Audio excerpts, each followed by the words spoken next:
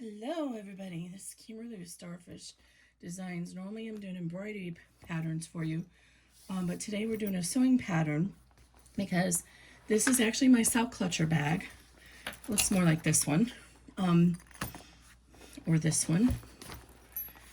But I had a lot of requests to turn this into a sewing pattern for people who saw it and liked it but don't have an embroidery machine.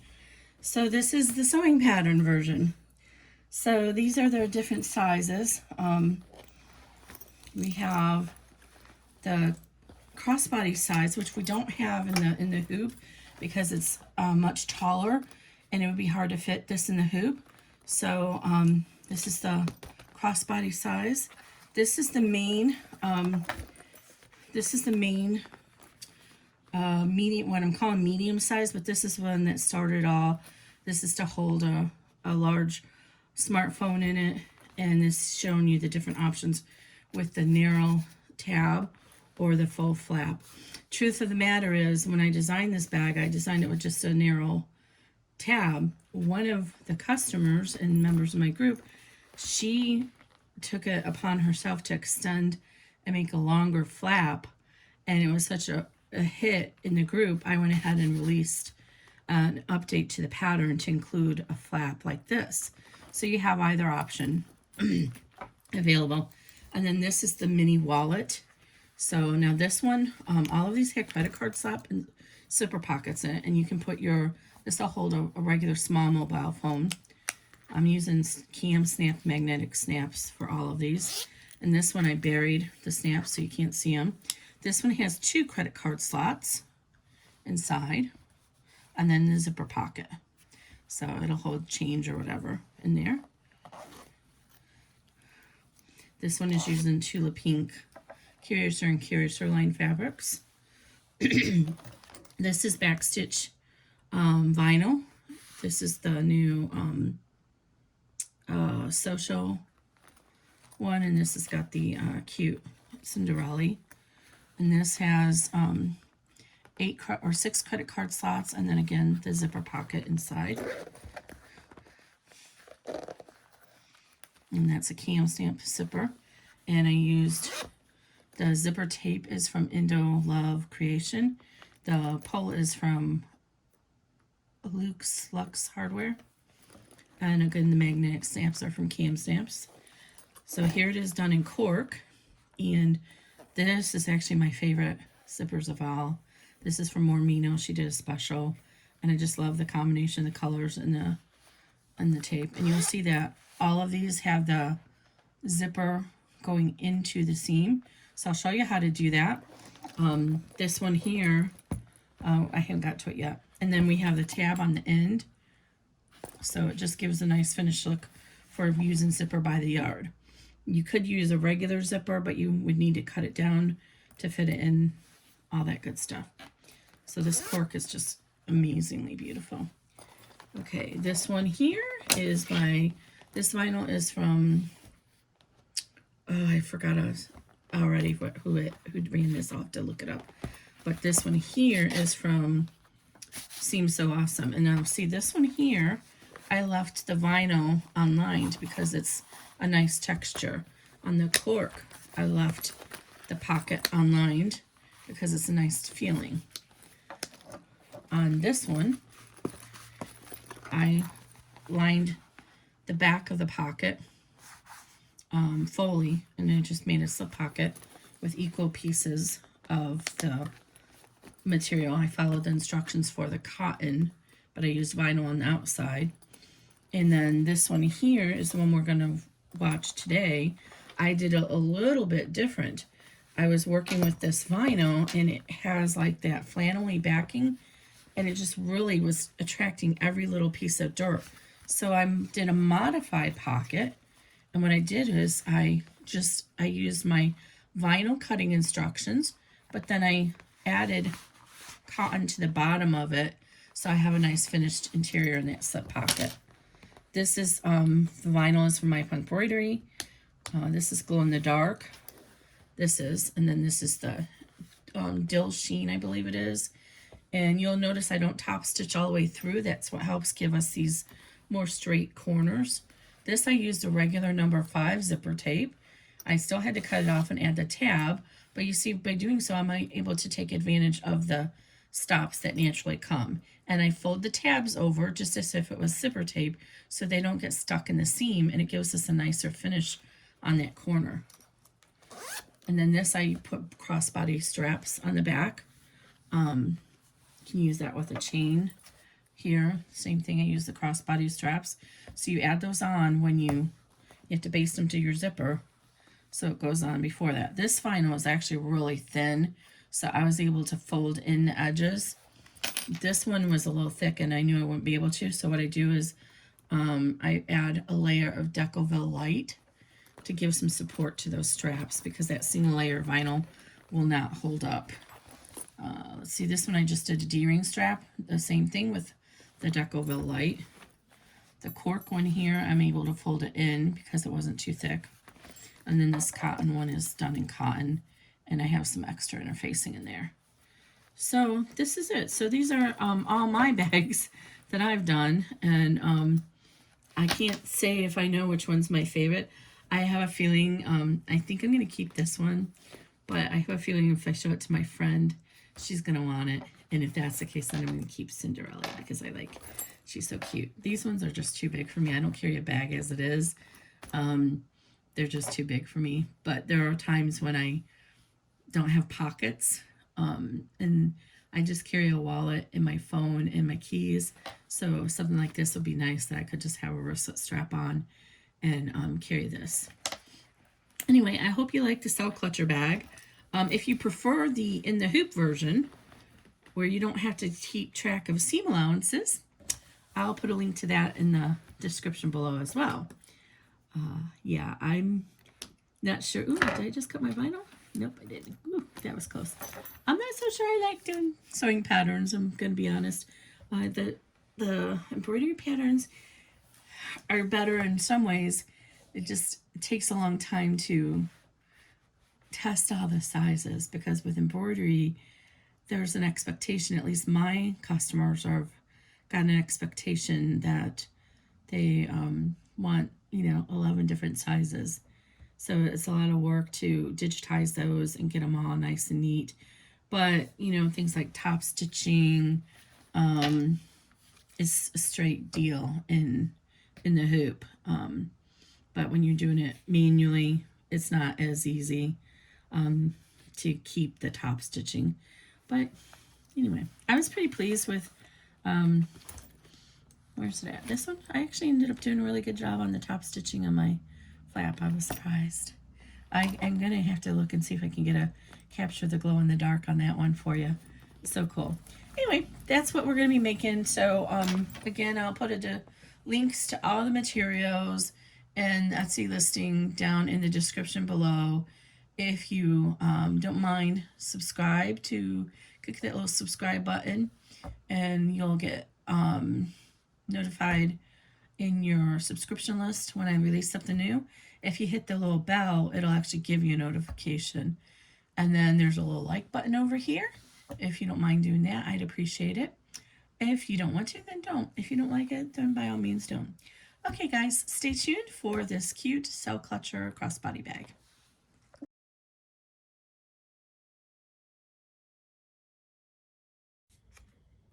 Hi, everybody. Let's get started with what pieces we're going to need for this bag. I'm making the large crossbody, so I have a lot of vinyl here, and my machine is not horrible, but it is going to be a little bit of a struggle because of all this vinyl, so we're going to try the best we can.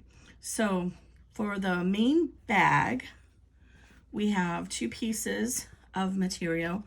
The large is 10.5 by 8. You'll refer to the cutting diagram. So this piece is going to be behind our slip pocket, and this is going to be for our back exterior. Make sure you can see that. Then we need a pocket. Well, let's go on to the flap. This is going to be our main flap.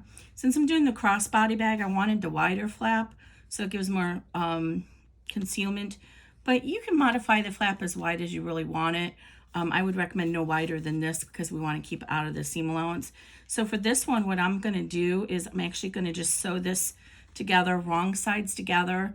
I'm going to put a little bit of Decoville Light inside here to support the snaps. And then I'm just going to use my crimping shears to trim the edges to give it a decorative look.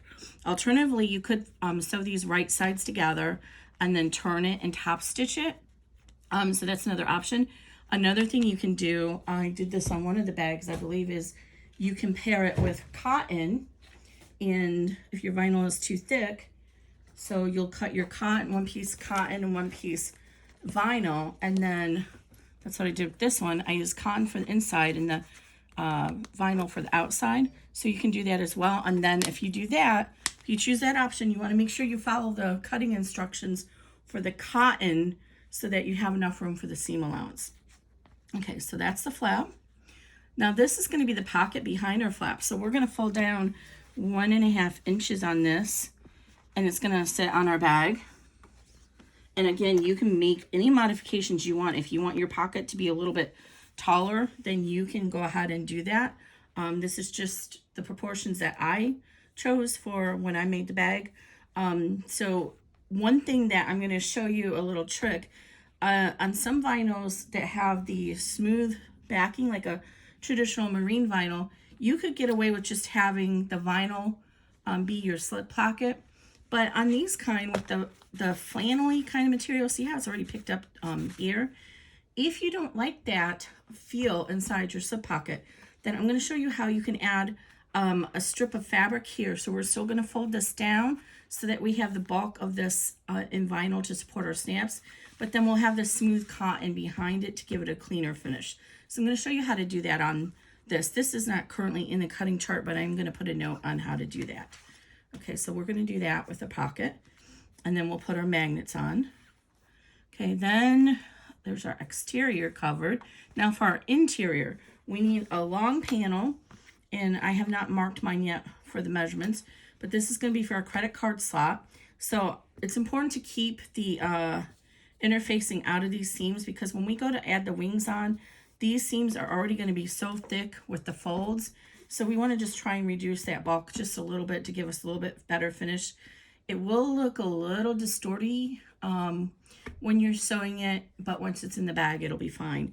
I did not choose to interface all of my interior because this is just a simple slip body or crossbody, but you can by all means interface all of your interior panels or use waterproof canvas, and it'll give you a little bit nicer finish there.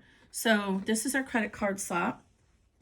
So it's going to get all folded up here, and then we're going to have our zipper. So I'm going to show you how using a regular zipper here, but you can also use zipper by the yard, which is what I normally use. But I realized in most of my videos I'm always using a zipper by the yard, and so I thought, well, you know what, I should use a pre-made zipper just to show them. We're going to treat it just like zipper by the yard, though. We're going to move it all the way out of the way and then stitch it so the zipper pull is not in our way. Then we need, for the top little border there, we need a little border, and then we'll have these two wings on either side that will make up our lining panel. So this is going to be our credit card slot panel. Then we need the actual credit card slot zipper pocket lining. So we're going to use these two, and I tried to pick all different materials so you don't get confused. This is going to be our lining for the actual zipper pocket behind that. And we are going to draw a 3/8 inch line on either side of these panels because we're going to trim that off later on in the bag.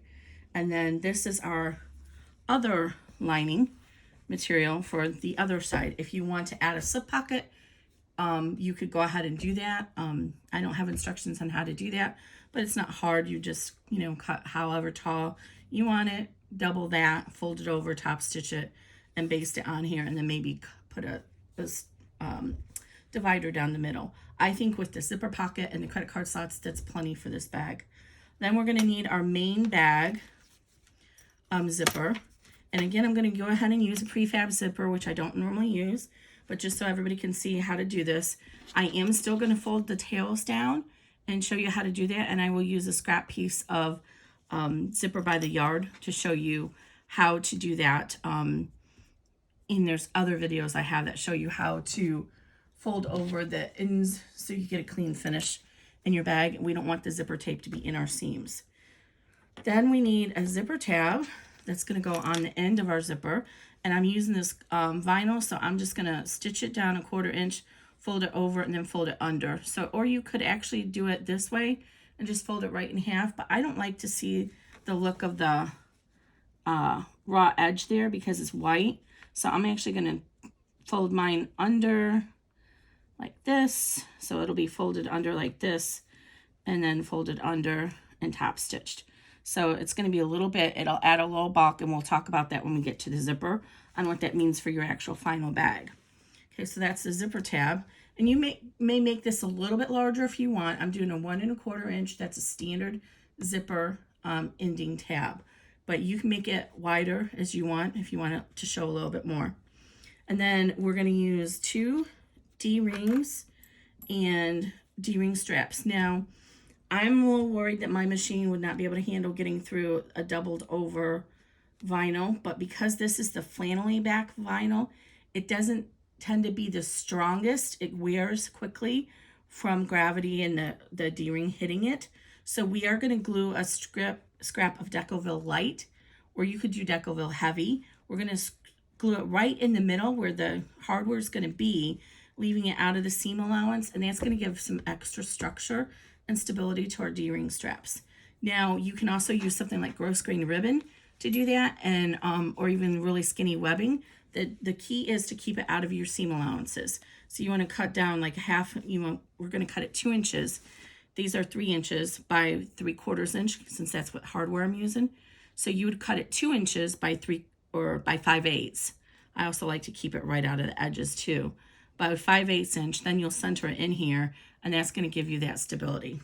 So I'm going to go ahead and get the credit card slot lined out and ready to fold, and then we'll be right back.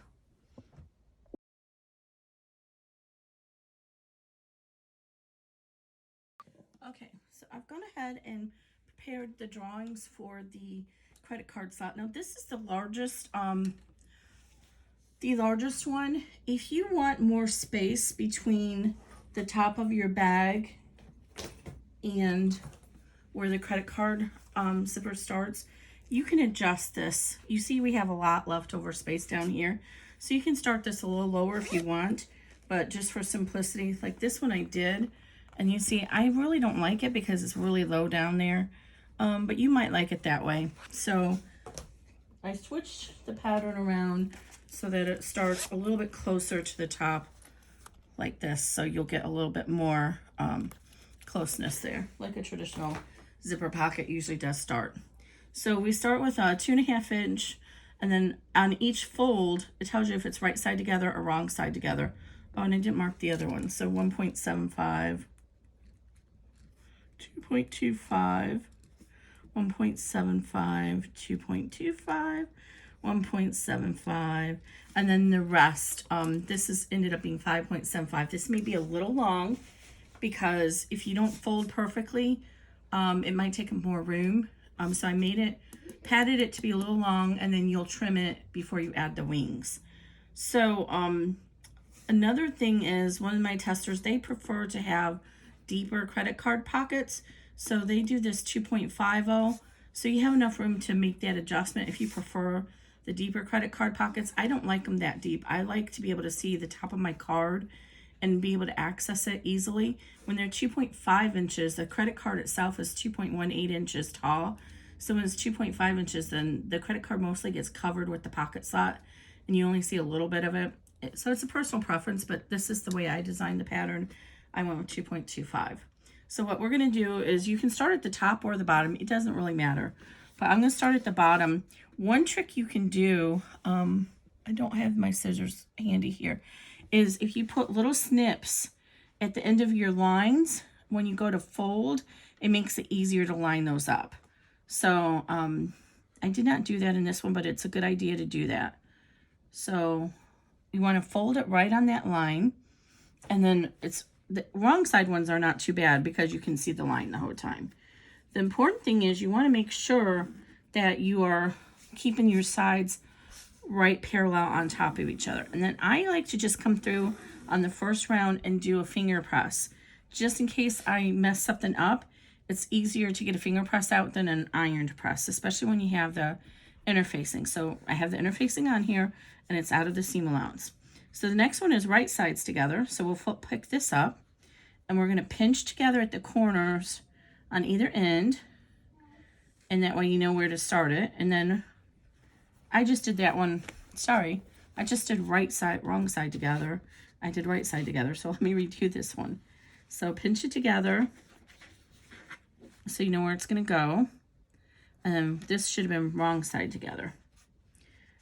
All right, so I already have that press mark. I'm going to go ahead and make sure if I'm on the line or not. Okay, so wrong sides together is the first one. See, I already made a mistake the first time. Okay, so then just do a light crease, and then you can open it up and make sure your crease is on the line, and mine is a little bit off. So I'm going to readjust that just a tiny little bit.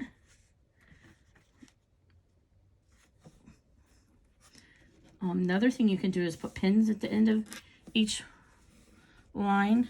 Match up your pins. Okay. So wrong side together. Now right side together. So pinch that and then flip it up. And then just make sure the edges are even. And then the right side together, once you can see the line easily to finger crease it. Okay. And we're going to go wrong side together.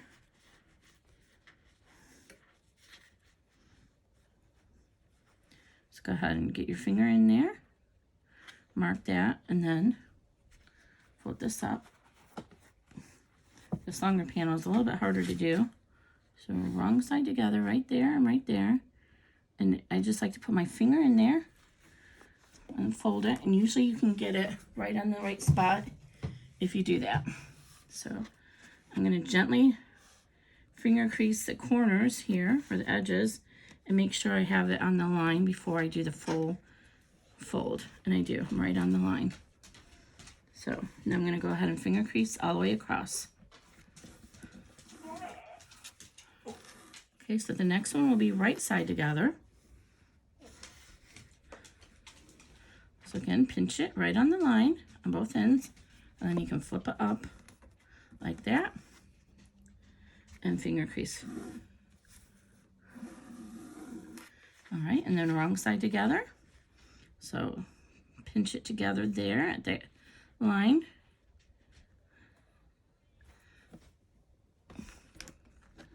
And do your quick little look and make sure that it's on the line, and it is. So I already have it going this way, so I'm just going to leave it up there. Make sure these sides match and finger crease it. And then our last one should be right side together. And again, we're going to pinch it right like that. Right on the line. Make sure the sides match up and then finger crease it. And so then what you want to do is you can make sure everything matches. This is going to come up on here. Each of the 2.25s are going to come up and fold up on top of the next guy. And there's going to be your slots. If you wanted to make it even longer, because this is a crossbody and you want to reach in there. Oh, this one I messed up. Okay, hold on. It's too thick. What did I do in this one?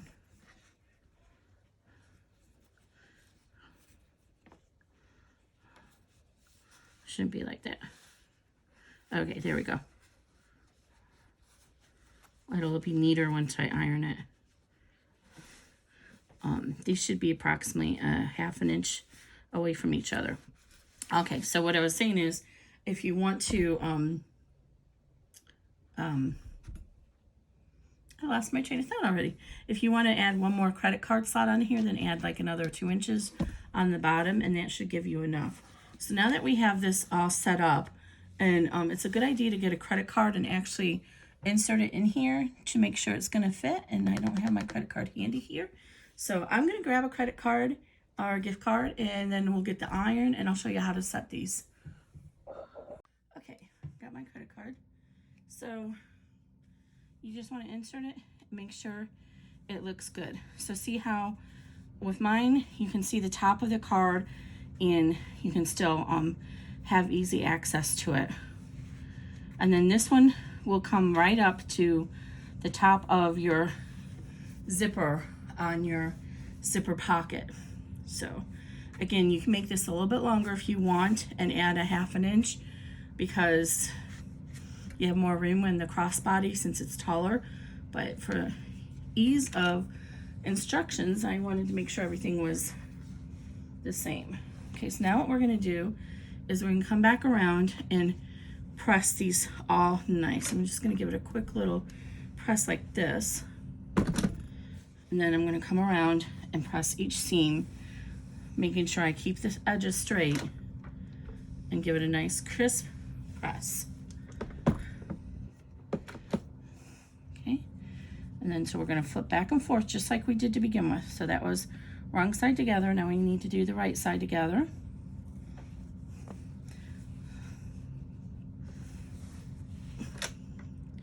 And try not to press over the ones you've already done. Okay, so the next one is wrong side together. Making sure we stay straight all the way around.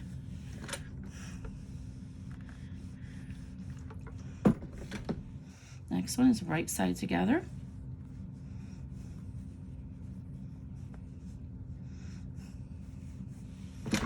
And I use the Frixion pen, so it's gonna erase, but I only use that on the reverse, what's not gonna show on the bag, because it does go away with heat, but it can come back with cold.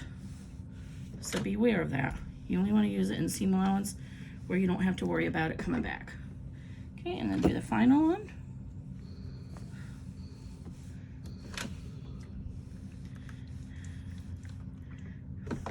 Okay, now go ahead and fold this all back up together. And then you can give it another press.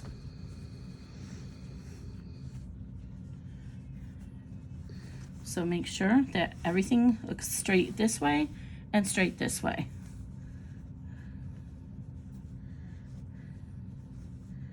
Why does this one look up? What did I do again? I got something wrong in here. It's not coming up the right way. All right, I don't know what I did. I was right. Okay.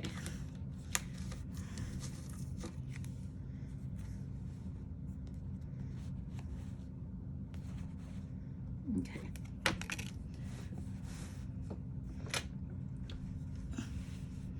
And then go ahead and give it a couple bursts of steam.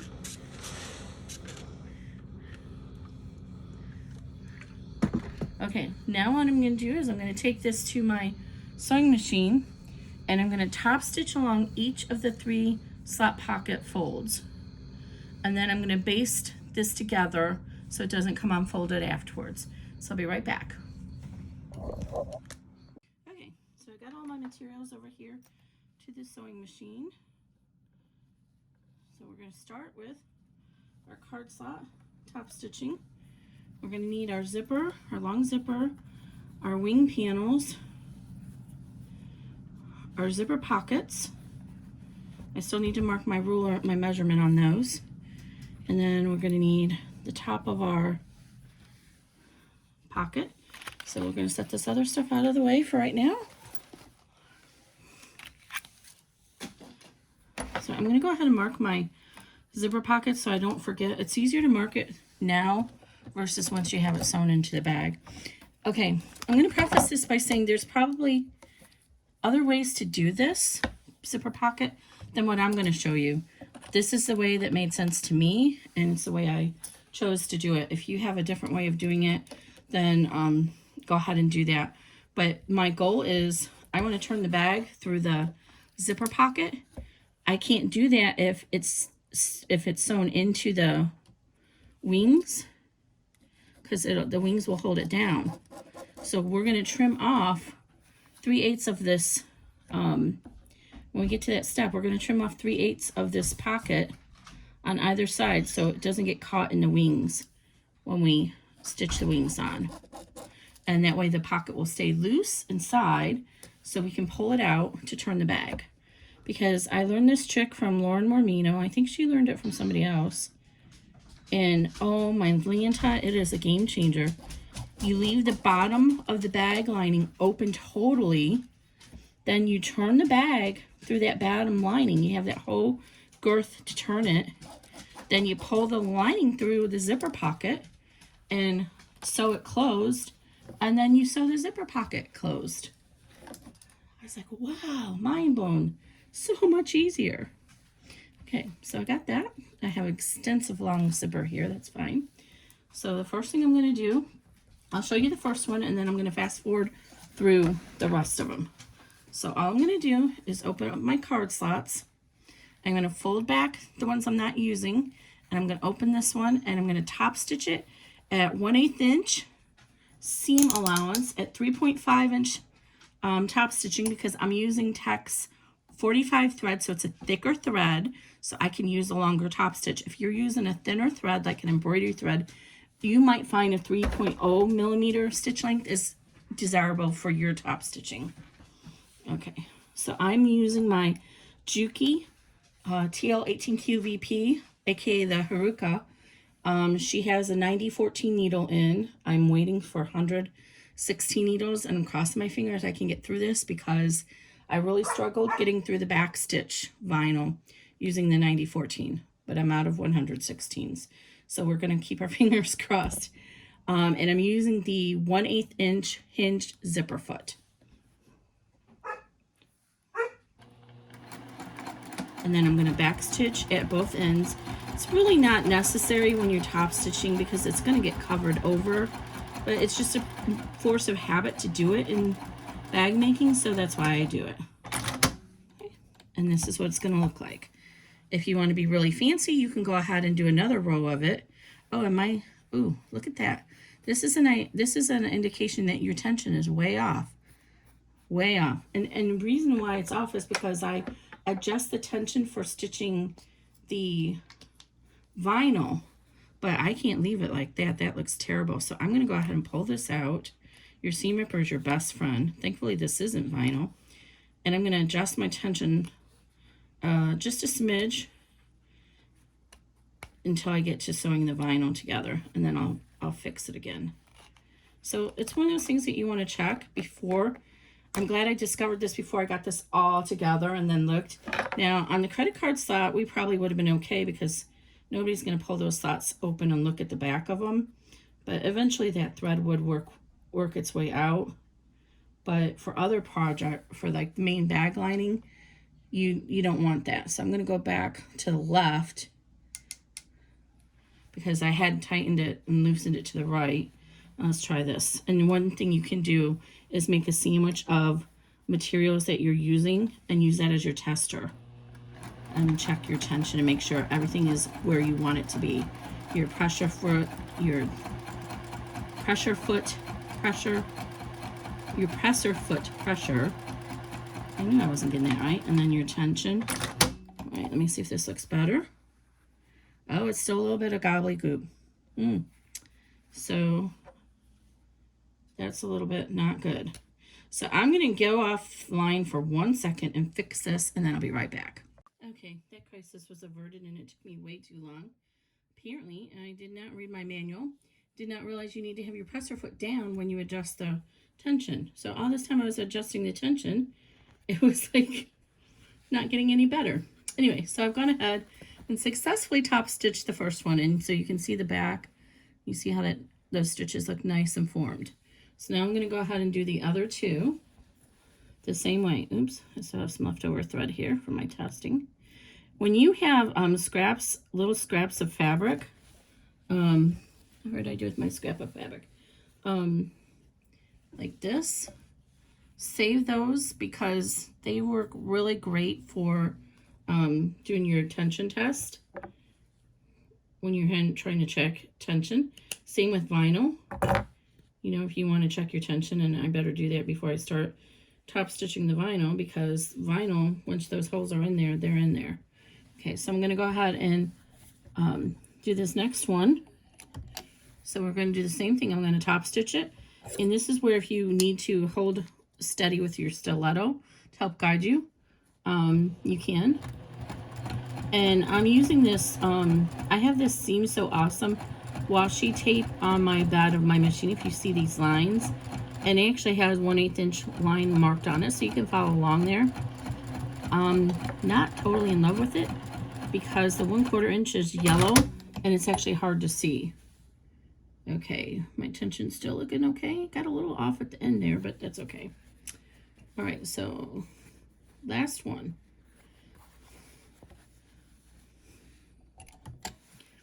And what's important is you want to make sure that you are at the top of it, unless you're using the same fat thread for your bobbin and your top stitching, which I'm not. I'm going to go ahead and put this down and adjust this one more notch. It's a little bit off. Okay, so now I've got all my panels top stitched. And I'm going to go ahead and zoom out. And I'm going to go ahead and stitch along right here. So if you need to, you can put a couple of clips to hold that in place while you stitch it. And we're just going to baste it. It just helps keep those pockets from coming unfolded while you're working on the rest of the pockets or the rest of the panel. And always trim these little tails when you get to them. So we can use our top stitching of 3.5 to do this basting as well. And you're going to be coming against these folds, so having this little stiletto is helpful so the folds don't flip up on you. I'm just going to baste it down. We're 1/8 inch into our seam allowance. And then on this side we'll be going the opposite direction, but if you're not comfortable with that, you can go ahead and flip it around and stitch it from the other side.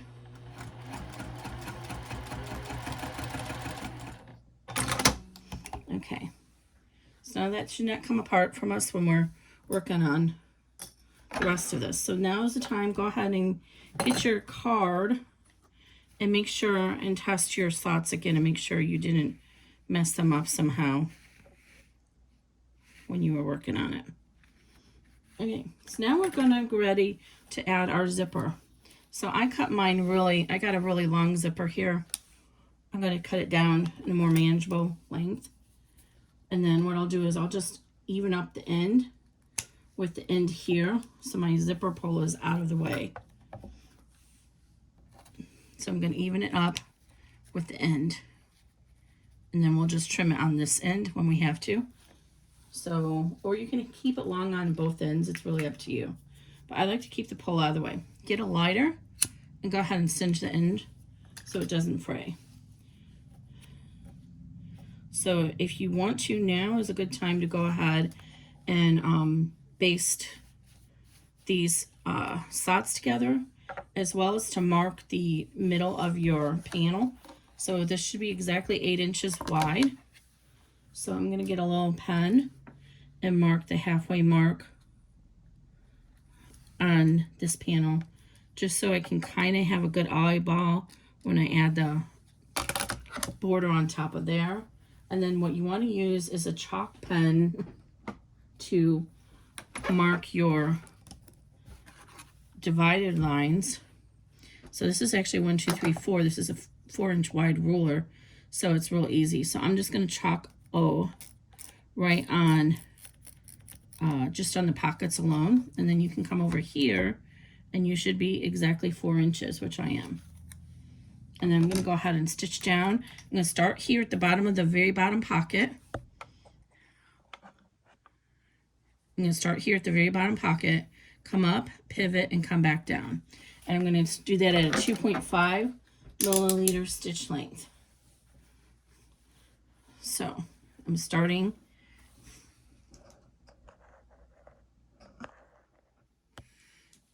right here. And I'm going to just kind of keep my presser foot right on that line. So I'll get a really narrow stitch there. And you can back tack if you want. And with my presser foot, so this presser foot here, this leg of it is coming right along this line. And then when I come back down, I will do the same thing. And that's just going to give us a double row. And you can actually, I didn't do it there, you can back tack over each one if you want to as well. Oops, don't cut off. I'm still working with this little presser foot of mine. So then go ahead and do, I'm going to back stitch that one since I cut it. And then one stitch, and then you're going to pivot, and then you're going to come back down, and then that line is still going to be right along my presser foot.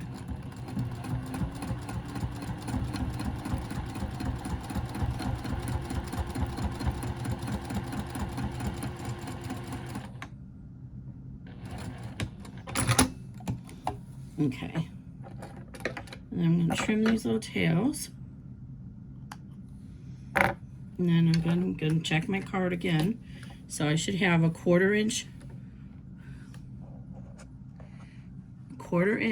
on this side for my seam allowance.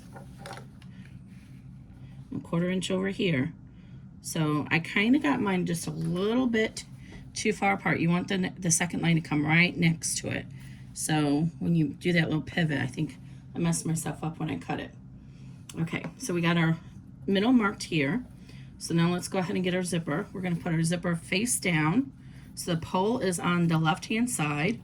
If you're right-handed, if you're left-handed, you might want to put the pole on the right-hand side. Okay, I'm going to clip it at the end. And I'm going to put my machine at 3.5 for a basting stitch.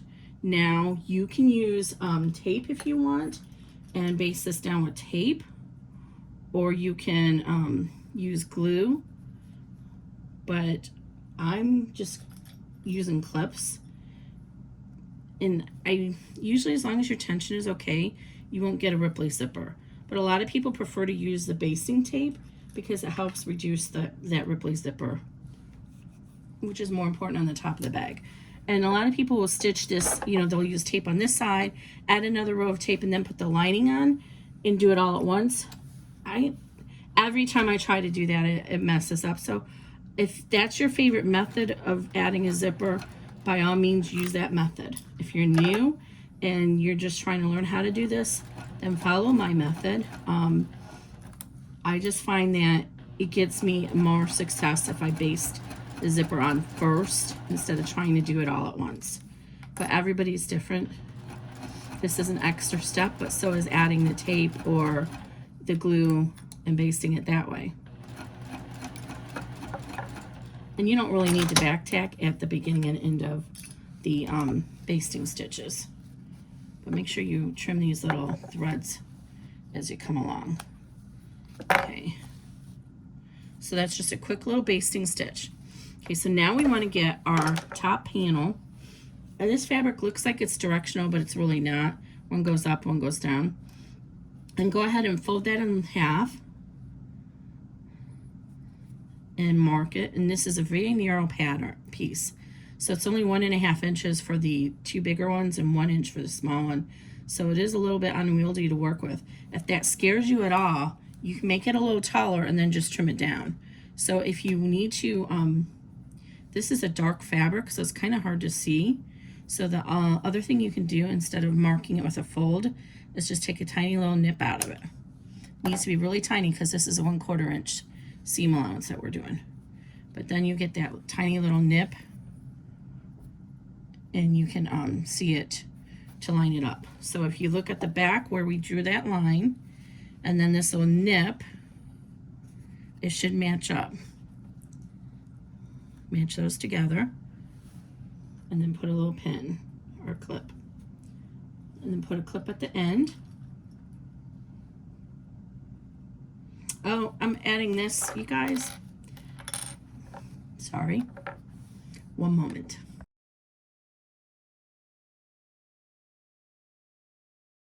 Okay, so we basted our zipper on, and now we're ready to add on one of our pocket panels. So we have the lining marked, the back of the credit card slot marked our center. So we're going to go ahead and you can fold this in half and mark it with a pen, or you can just take a little nib off like that And then that shows you where the center is. And you're going to face this down, right side facing, and match that up with where we drew the line on the back. And just kind of, if you look kind of down at it, you can see that it's matched up. The centers are matched up. And if you cut everything, your ends should come together. And then we're going to go ahead and clip this. And I'm going to clip it backwards. The clips, the flat side is the side you want against your bed. I get better results on my machine if I sew with the lining facing the bed of the machine. So I clip it backwards so that it's there. And then one thing you can do is kind of pull it at the end and put another clip. That'll help hold this together so it doesn't come and get gobbled up and crooked underneath. Okay, so now we're going to go ahead and go to our construction seam length of 2.5 millimeter because we're using cotton. And then we're going to go ahead and do a 1/4 inch seam allowance and back tack at both ends. And we're going to stitch on the first of our zipper pocket lining panels.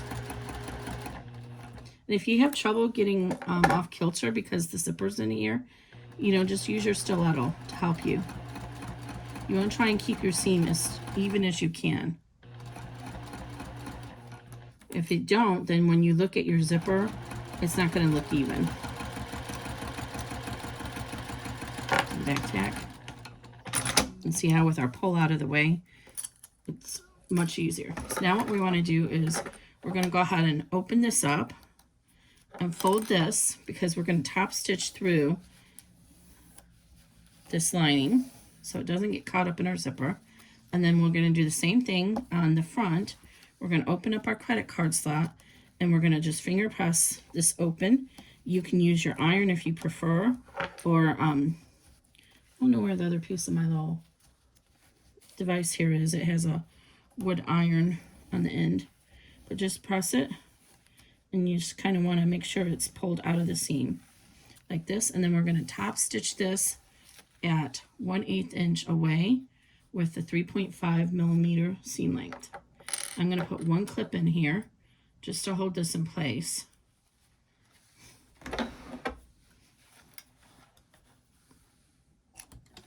And then you can kind of pull on this if you need to as you're going along, just to make sure it's divided.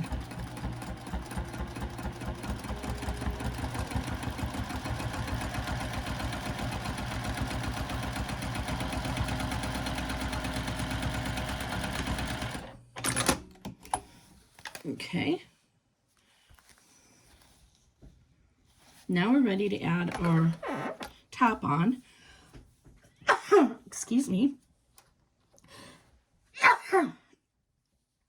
So I've gone ahead and notched this so I know where the center is. And we're going to go ahead and, oh, I didn't notch the center here. Silly me. Okay, let me fold this in half. I notched it, but I didn't mark the zipper.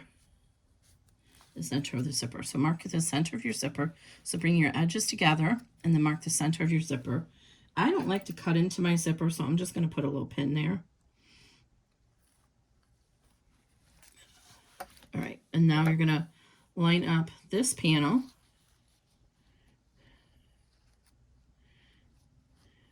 Like so. And you can actually use your charcoal pen. Where did I just do with my charcoal pen? And mark that center of your zipper too. I'm using a purple one so the other markers won't show up. Okay, so if we have it centered here, then it should actually come to the edges and meet up on the edges correctly as well. And that's what you want.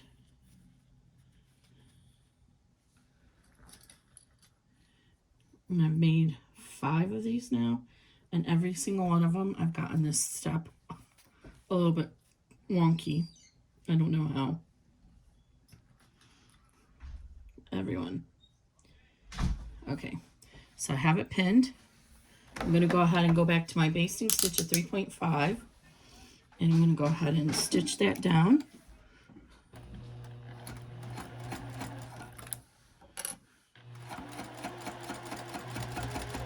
And I'm facing the lining in It's easier to do if you're facing the zipper, so you can make sure that your zipper is not, that you're getting caught, your zipper's getting caught. So I'm going to finish this way since I started this way. I'm just going to use my stiletto and make sure that my zipper is underneath there evenly. Still getting used to this thread cutter and the heel pedal. Some days I master it really well, and other days not so much. You just have to kind of hold your foot in a certain way. Somebody said that they actually hold their foot left or sideways on theirs. I might have to try that. Okay, I got a little bit of wonkiness there when I accidentally cut it, so I'm going to trim that out. Make sure that's out of our stitch. Okay, now I'm going to go ahead and get the other lining panel. I'm going to mark the center of that.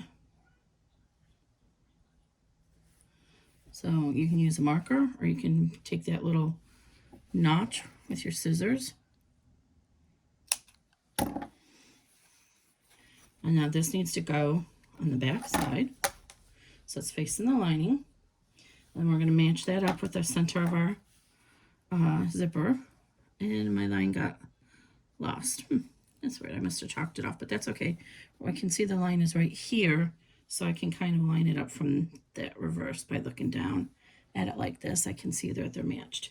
And again, I'm going to clip this so the flat side is facing me, so I can stitch it from the zipper side, or the top side, I should say. And all of our sides should match up at this point. Everything should be even if you cut it properly.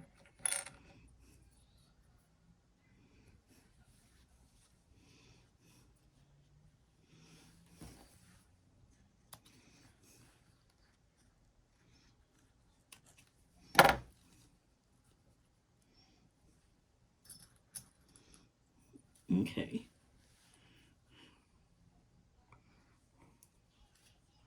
Now we're going to go back to our construction length of 2.5 millimeter stitch length and 1/4 inch seam allowance. I'm going to stitch this on with our lining on the bottom. If your machine works fine with the lining on the top, then leave it on the top, that's fine.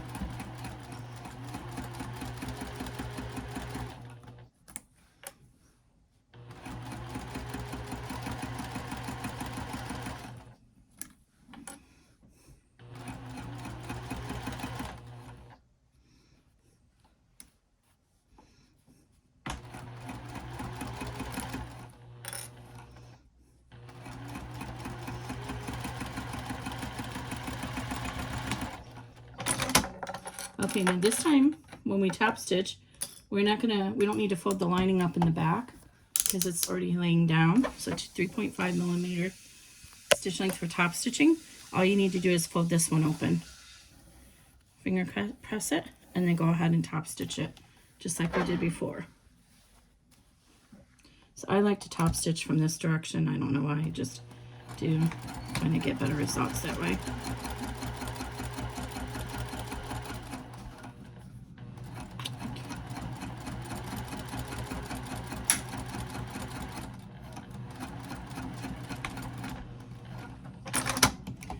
All right, and there we are so far. So now we're ready to go ahead and stitch the back of the pocket closed. So you can go ahead and trim it now if you want, or you can trim it after we stitch it, but you want to stitch it, this is going to be our stitch line, just up until you hit that zipper right there. So I'm going to go ahead and trim it away now. And then you'll see that this is also longer. You lose a little bit of the length up here because normally with a zipper you would be folding it down like this, but for this we're not doing it. But it's too hard to explain. You know, it gets confusing if you switch the two panels, if you have you measure the two panels as they need to be measured. And so it's just easier just to leave it and then trim it afterwards, because otherwise you might end up using the wrong size on the bottom, and then it'll be too short. Also, this I went with what I think is a comfortable depth for the zipper pocket, but with the crossbody, it is a deeper bag. So if you want your zipper pocket to be a little bit longer, you can probably go about another inch longer. Go ahead and you can adjust that.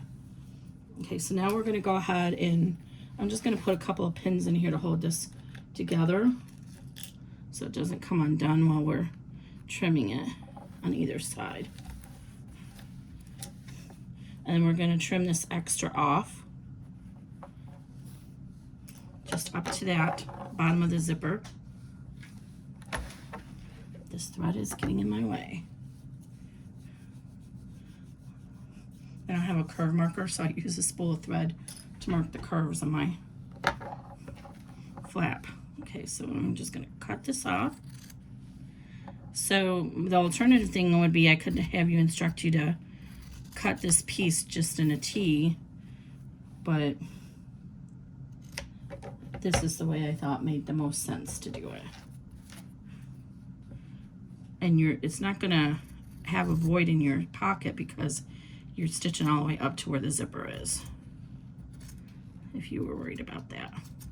So on this side, it's actually easier to come in at the zipper right there where you know it's going to be ending, and then cut it this way.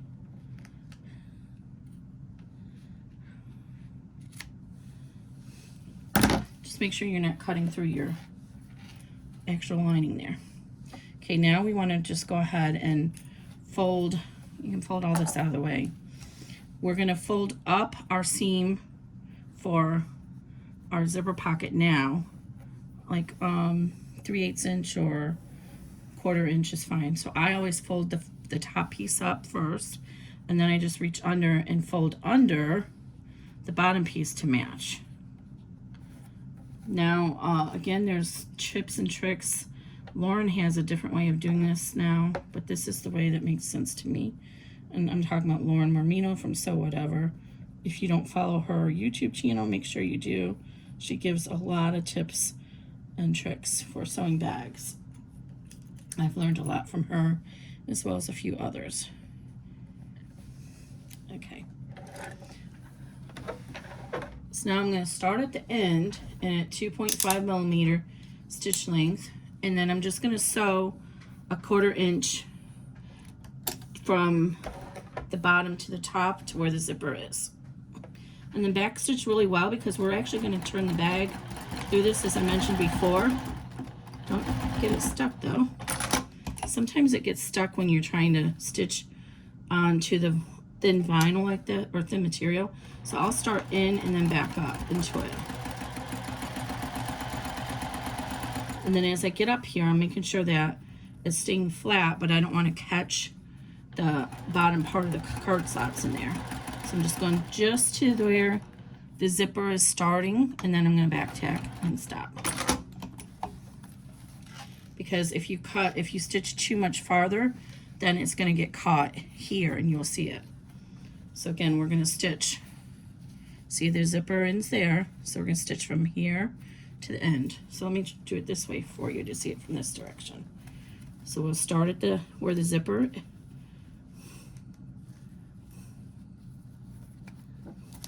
It's harder to do this way. We're going to start where the zipper ends, 1/4 inch, and then we'll back tack. That zipper's getting stuck in the teeth.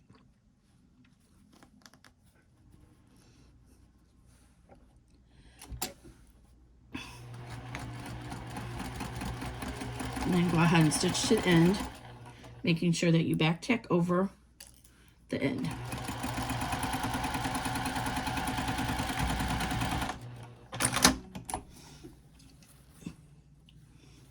Okay.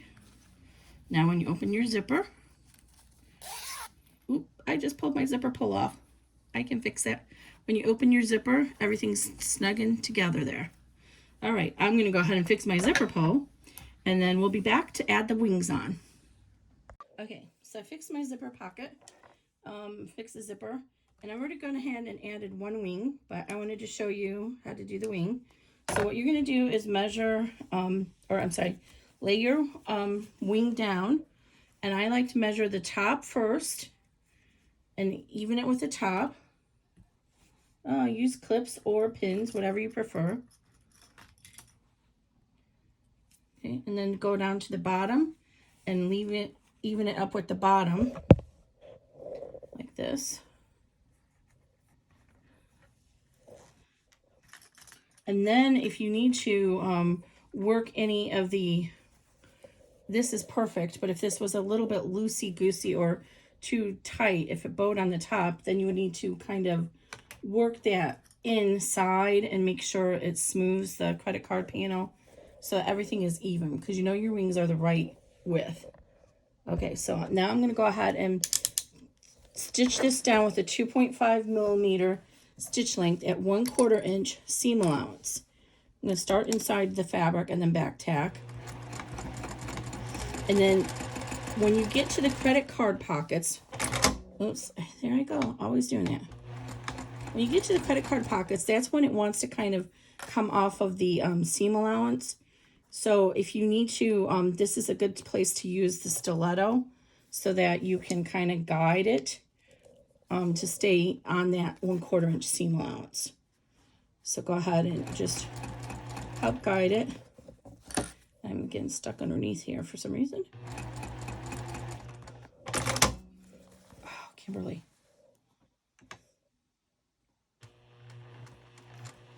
Yeah, I'm going to hold this up over here because the credit card slots are kind of hanging up underneath. Maybe it's this pocket is hanging up. Okay. So I just want to make sure I try and stay on that 1/4 inch as close as I can. Otherwise, it's not going to be even on our credit card slots. And make sure you're lined up. Your wing is lined up with the bottom of your credit card slot pattern. Panel. Okay.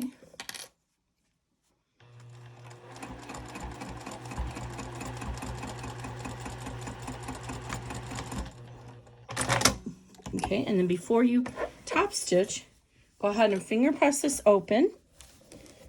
And you want to get your credit card and make sure that everything is nice and fitting inside. It's not too snug. Okay, and now what we're going to do is top stitch along this edge at 3.5 millimeter stitch length.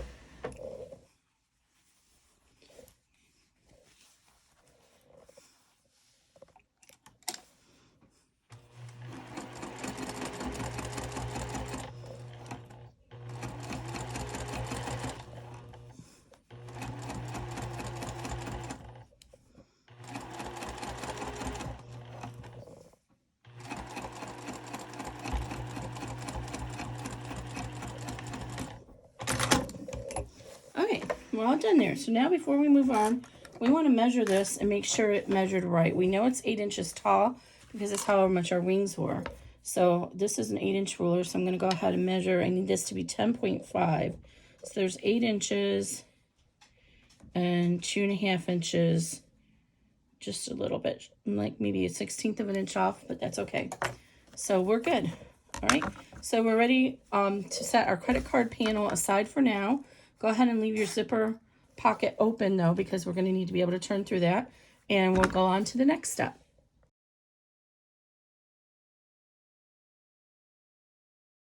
Okay, our next step is we're going to prepare our flap.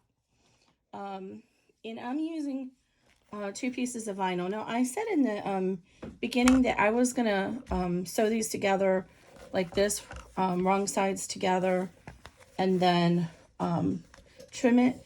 But I changed my mind. I'm actually going to sew it together and flip it because I don't want that white edges showing when I pink it. So it's going to be a little more narrow because I should have measured this with the fabric cutting instructions instead of the ones I used.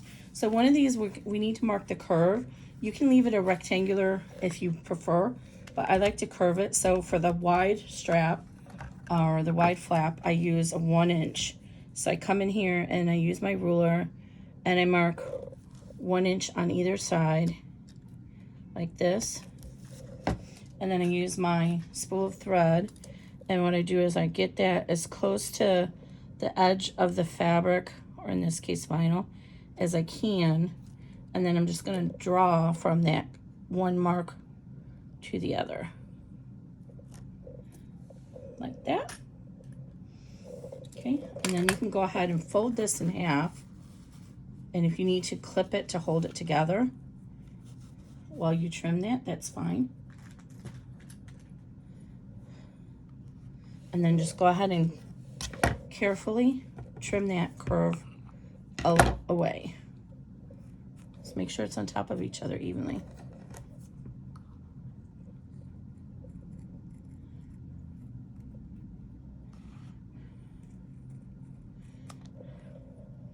I got a little bit off right there. That's okay. Then throw that away. And now you can use this to mark your other panel. So I'm going to clip it right sides together. I'm going to put the clips at the top.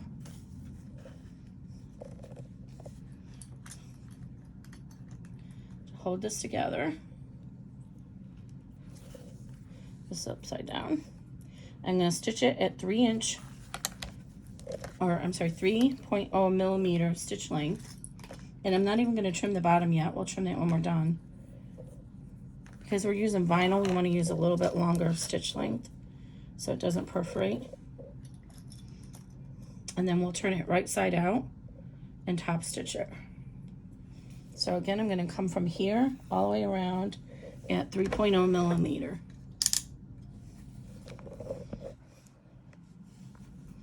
And again, get your, we're using 1/4 inch seam allowance. And get your stiletto ready if you need to use that to help guide you. And when you get close to the curve, you want to slow down and just, if you have to go 1 stitch at a time, so that you can stay at that 1/4 inch seam allowance. Which actually, now that I'm thinking about it, I'm going to trim this after all because it's going to be harder to see the seam allowance. So go ahead and just trim off those corners so they match.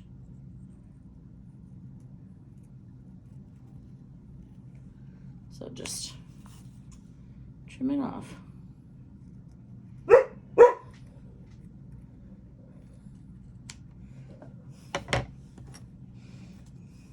All right.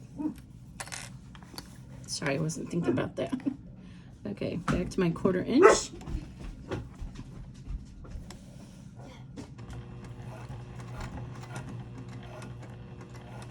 And I'm going to slowly go around the corner here. So I can try and keep that curve on the 1/4 inch line. And if you have to, you can kind of lift it up and pivot. If you have that knee lift, it would be really helpful now, but I don't have it. I've never mastered that thing. And I have this on my table anyway, so I can move it in and out of the way so it wouldn't work. The height would be off. Okay, I'm going to go one more little curve. Now I can go straight ahead.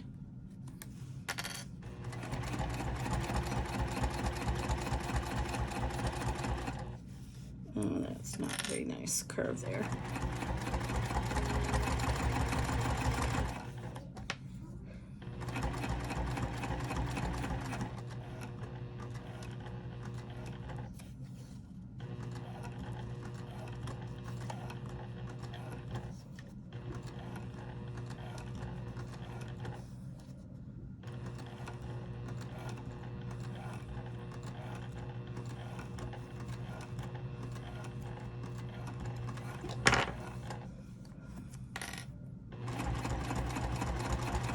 Back stitch at the top. Hey, actually ended up being not too bad after all. So I'm going to use my pinking shears to trim the excess around here, and that'll allow it to lay nicer inside our bag, inside the flap. So just go ahead and trim around the edges. Most importantly is the curve. If you don't have pinking shears, that will go through these, the scissors, or I'm sorry, if you don't have pinking shears that'll go through your vinyl, then what you can do is make nips, little corners, triangles into the seam allowance of the curve. You don't want to just go like this, because all that material is still in there and it won't have anywhere to spread out. You really need to take the triangles so that it reduces how much material is in that seam. But I'm going to go ahead and continue with my pinking shears so it's even all around.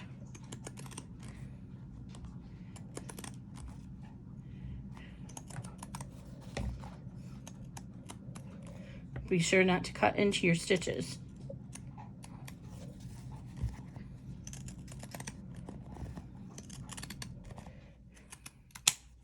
All right, let's throw all this stuff away.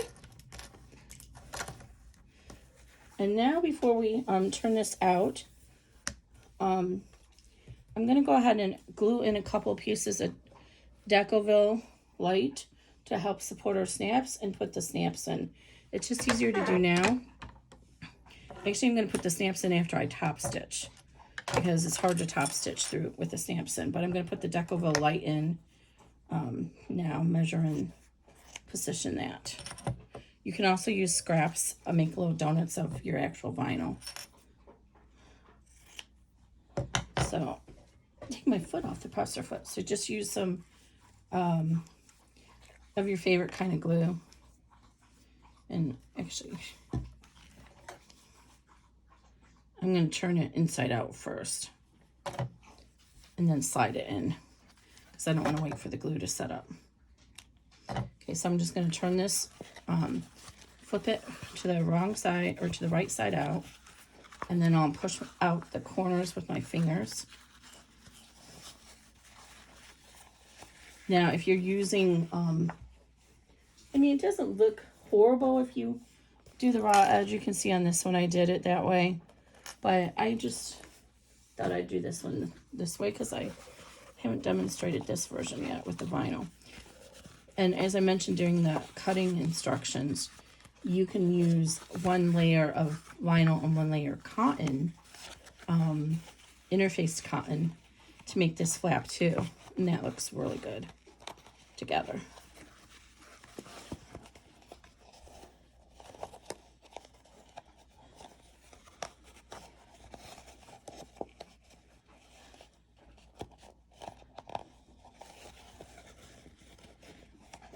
Now on the flap, I'm going to use the magnet snaps that I use are rivet ones, so that they have a nice rivet finish to them. If you were doing the magnetic snaps that have the wings that you have to press open, then you would have needed to put those in before. Oh, sorry about that. The dog moved us. You would have had to put those in before you turn this inside out. So I'm going to go ahead and press out these corners all along, just so I can make sure that I can top stitch this neatly. So I have my hemostats in here with the rounded corner. And then I'm going to roll this seam between my fingers and put some clips on it to hold it so we can top stitch. And then I'll add the Decoville reinforcement in there after we top stitch.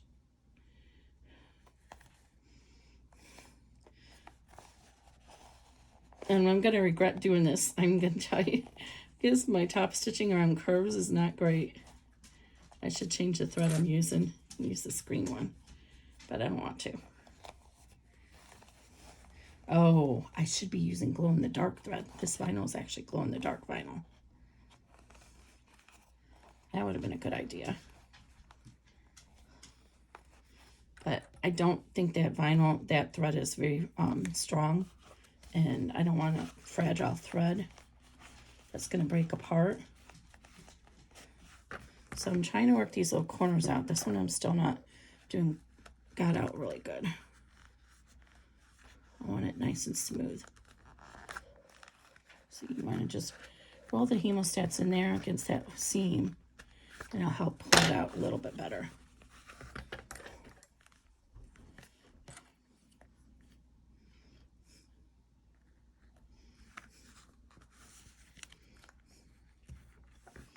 You roll it between your fingers. I'm going to put this down and make sure it's flat now.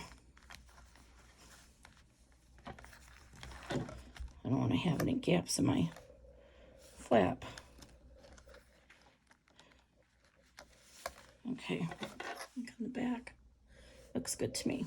Okay, so real quick, I'm going to go ahead and top stitch this, and then we're going to add in our reinforcement.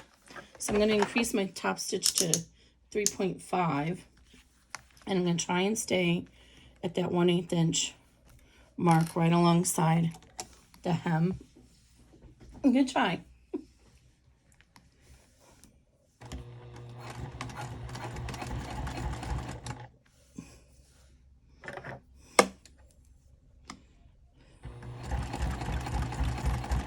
It doesn't want to go. There it goes. Sometimes it just doesn't want to get that first bit through.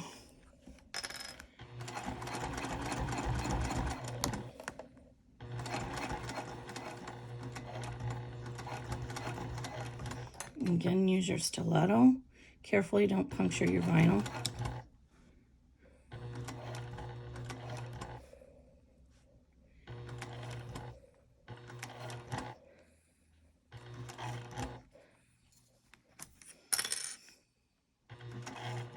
Yeah, I'm not very good at doing curves. If you're not very good at doing curves like me, use a thread that's going to blend in so it doesn't stand out as badly when you mess up. I see a lot of people who use contrasting thread for their top stitching, and they are not masters at top stitching, and it really takes away from the look of the bag. So until you become a master, just use a vinyl or a thread color that's going to blend in. Oops, I don't know what happened there. And if you do enough of these, you will become a master. Do you think Lauren Mormino has to do all this clipping? No, she can do this in her sleep. But she's been bag making for over 5 years, and not just occasionally. I mean, this is her life, this is her passion. Well, I think Dorothy, her daughter now, is her passion. Okay, almost done.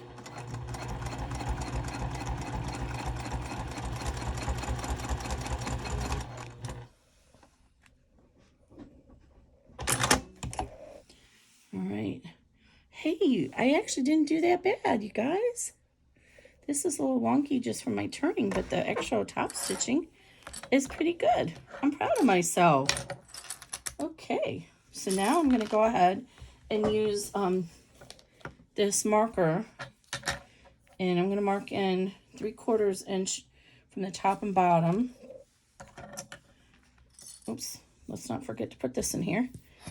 3/4 inch from the top and bottom of the vinyl. I'm going to do it on the non-woven, non-fusible side. And again, you can use scraps of vinyl for this. You just want a little bit more support for the snaps. So I'm going to slide this in those corners. Oh, wait, I'm going to make sure that this is facing the side that's going to be the inside of the flap. And I'm just sliding it down inside the pocket. So just inside there. And then the same thing over here. Just slide as far as it'll go, so it'll get caught into the snap. There we go. All right. Now this is not a video tutorial for using the magnetic snaps, but I'll show you how to do it anyway. So I got to get the right color ones, the gun metal, and I'll be right back. I can't find my gun metal, so we're going to use rainbow. We're just going to say it's okay. So the rainbow ones are a special tester feature. I don't think she's going to be carrying these regularly, and it came with the die. But the rivets magnetic snaps come with the innie piece and the outie piece, and you'll need 2 of each of these. So the innie piece is the receiving end of the snap, and it's got a depression there. And then the outie piece has a little protruding member, just a tiny little piece that sticks out, and then it'll fit inside that receiving piece. So that's the outie, and then the innie, and then you'll need 4 caps. Just the rivet caps. 1, 2, 3, 4. And I'm gonna put my innies and the caps in my little pin bowl over here, so they're out of the way and I don't misplace those. Because right now all we need are the outies and 2 caps.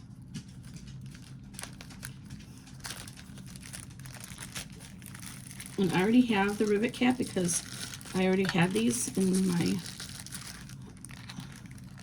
purchased them before, but she gives you the die with each one of these purchases. Okay, so we're going to put the innies over here and 2 of the caps. So I'm going to go ahead and mark in, after I put my lid on my glue, I'm going to mark 1/4 inch, I'm sorry, 3/4 inch from the top and bottom and sides. I can't speak today. So I'm going to come in here and I'm going to mark 3/4 inch, and this is totally arbitrary. What I decided, if you want your snaps to come in a little bit farther, you can. This is just what I chose. So you could probably go in a whole inch if you wanted. But I'm designed this with 3/4 inches in mind. So I'm going to put a little dot there. And this pen is from Mormino. Morme, MOREMEKNOW is her website. It's a play on her last name. And it's to draw on leather or vinyl. And it's about all it draws on. Okay, so in an ideal world, you would be Kimberly of a few months ago who knows where her hole punch is. But since I don't, I kind of have to do this the hard way. So what I'm going to do is I'm going to puncture through the hole, but it really helps to have a hole press. And I bought the attachment for that purpose, but I haven't had time to play with it and figure out how it works because my first attempt was a big failure. So you could have done this before you sewed it together and then buried the rivets. We'll do that with the pocket. We are going to bury the rivet caps with the pocket because I don't like having the rivet caps.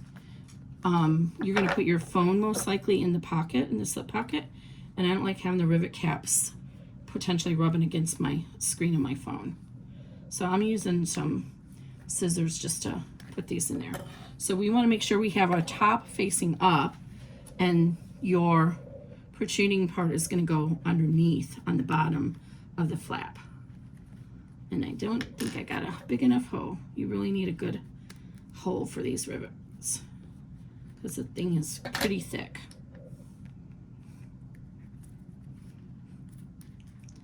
All right, so it's in there, and then we're going to put one of the caps on it.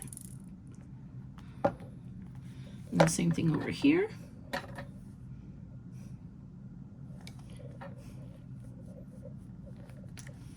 I love these magnetic rivet caps. Love them. They're pretty strong. All right, and then put the rivet stamp on it. And I need to switch out the die because I have the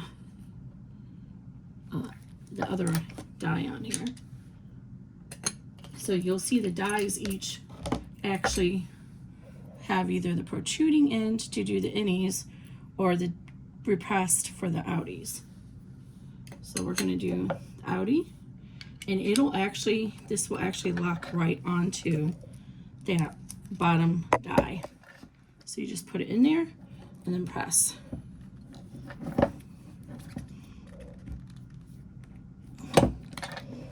And then see it seats right onto it. This is the 14 millimeter. There's also 18 millimeter. I have both, but I like the 14 millimeter for the smaller bags.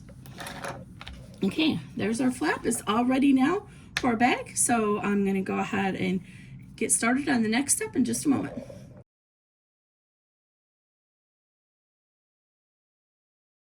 Okay, so we're going to do a slight modification here with our panel for our slip pocket. Excuse me. So, what I was saying during the cutting instructions is this flannel kind of collects all this gunk on it, and I don't really want that to be on the wrong side of our bag. But if we did our whole pocket in vinyl, like doubled it, the layers are just gonna be too thick when we do our final stitch. So what I'm gonna do is I cut this panel and 10.5 inches wide by 5.5 inches tall. So I'm going to seam it here with a 1/4 inch seam, right sides together, and then I'm going to fold it down and top stitch it, and then it'll be part of our sorry, let me move this out of the way. It'll be part of our pocket, slip pocket. So this is just a little trick you can do to give a, first of all, it saves on not using a lot of vinyl, which is more expensive, but it's a little trick to save on that and also give a little bit nicer finish inside the bag. And I don't know if you've ever noticed, but actually a lot of high-end bag makers actually do that. If you purchase a pre-made bag, a lot of times the actual pocket, the exterior part of it is one material, and then they use like a satin lining for the inside. It's just a little trick I've noticed. So since we're stitching vinyl, I'm going to go to 3.0 seam length, and I'm going to, like I said, I'm going to do 1/4 inch. This is just a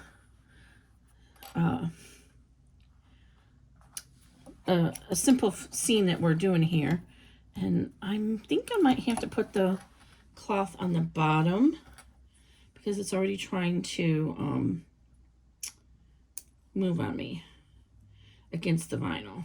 I don't want that, so I'm going to put the cloth on the bottom so the feed dogs will be against the cloth and help it feed evenly with the vinyl.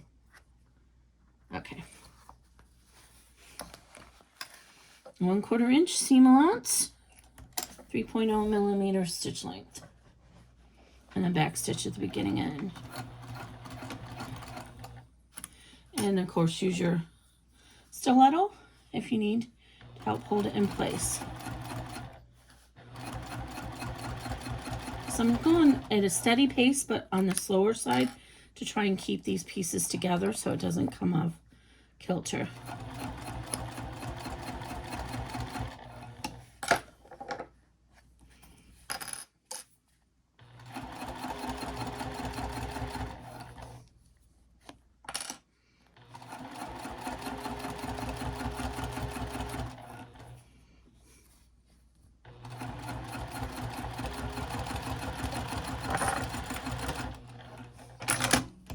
Okay, and then we'll just go ahead and top stitch this just to help keep this down when we lay it down. So when we fold it down, we're still going to fold the top piece of this down, but we don't want the lining to come up like this.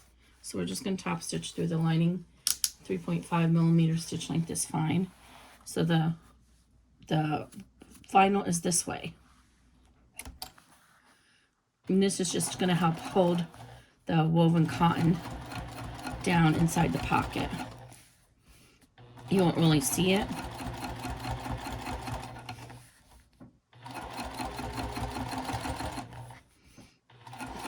But it'll lay nicer.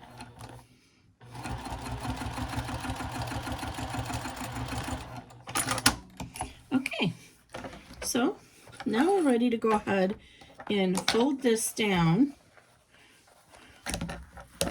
And then we're not going to stitch it together yet because we want to be able to get inside there to do our magnet, or our, the other end of our snaps. So I'm just folding this at the corners, meeting up the corners to the corners, like that, to hold it together. And then you'll just kind of fold down this, increase it, and then just, I'm going to put a clip on either end help hold that crease in place. And then we're going to top stitch across the top of this pocket. And if we measured it correctly, we should have an even height across the panel here. So it is 6 3/8 inches. Yes, 6 3/8 inches. So I'm going to go ahead and top stitch across this at 1/8 inch seam allowance. And I'm going to make sure I'm holding my vinyl, my cotton at the bottom here. So I make sure it doesn't come off kilter there.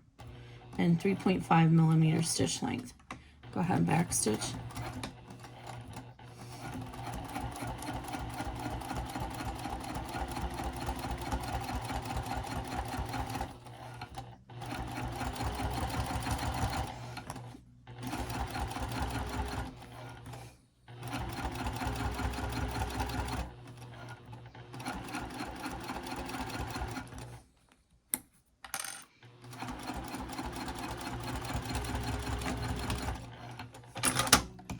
Okay, so here's our slip pocket. So you see then when you slide your phone in there, you have a nice clean surface to go against. Okay, so our slip pocket is all done, so we'll move on to the next step.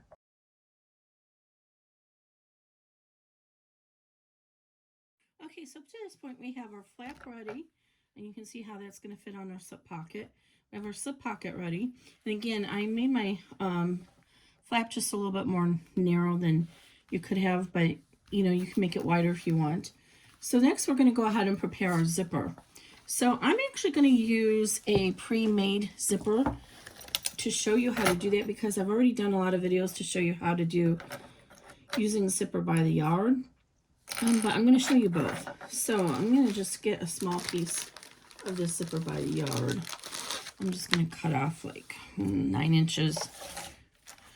And that way it'll be ready for me to do another bag. So let's see, actually 10.5 inches, 9.5. So I'm going to do like about 10 inches, and this will be ready for another clutch, so it's not wasted. So I'm going to show you, I'm only going to show you the zipper tab on the pre-made zipper. So that's a reminder. I need to get my little zipper tab piece ready.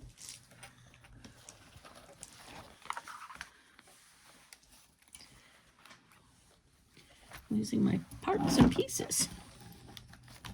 Okay, so we're going to need our zipper tab and our zipper. All right, there we go.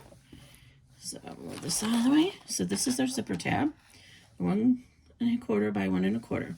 So if we were doing our zipper by the yard, what we would do, I'm going to fray the edges, of course. I'm going to measure in 5/8 inch. Oh, and this one actually is a little bit wider zipper tape. I just remembered that when I used this the other day. So I'm going to do 3/4 inch on this one. So I'm just measuring 3/4 inch from the edge. I wanted to make sure the edge is even on both sides. Okay, so again, this is if you're using zipper by the yard. So you're going to measure in 3/4 inch. And then what you're going to do is put your zipper pull on. Let me find a zipper pull to put on this real quick. Oh, I don't think I'm going to have one. Shit. Oh, I didn't plan ahead and bring a zipper pull over here to fit this. Oh, wait, here's one. Okay, we'll put the zipper pull on it. And this video is not meant to instruct you on how to do all of this stuff, the zipper pulls, but since we're here, I'm going to show you how I'm doing it. Okay, so we want to put the zipper pull on the opposite end. This is a cute ladybug one. So this, I used to have to use a fork, and I still recommend that if you're new to it, but I can do pretty good now without using a fork. So I put in the side that's the longest, and then I bend this side and bring it in like at a 45-degree angle. And once I get both of the pieces, and you can look in here and you should be able to see it. Once I get it lined up, I lay it on the table, and it's a little bit not even there because see how it's not even? And that's going to give me a bubble. So I'm going to pull this out and push it in again. Try and get it up even to the top. So it's about as close to even as you can get it. I know some of the sewists are so good at this, they can do this totally in the air. Okay, that's pretty good. I think I'm good there. So then I just hold the two pieces with my fingers, and then I pull the zipper. And this one's a little bit rough, but you get better at it with practice. And you want to make sure that you're pushing these zipper teeth together as you're pulling it. Sorry about the dog there.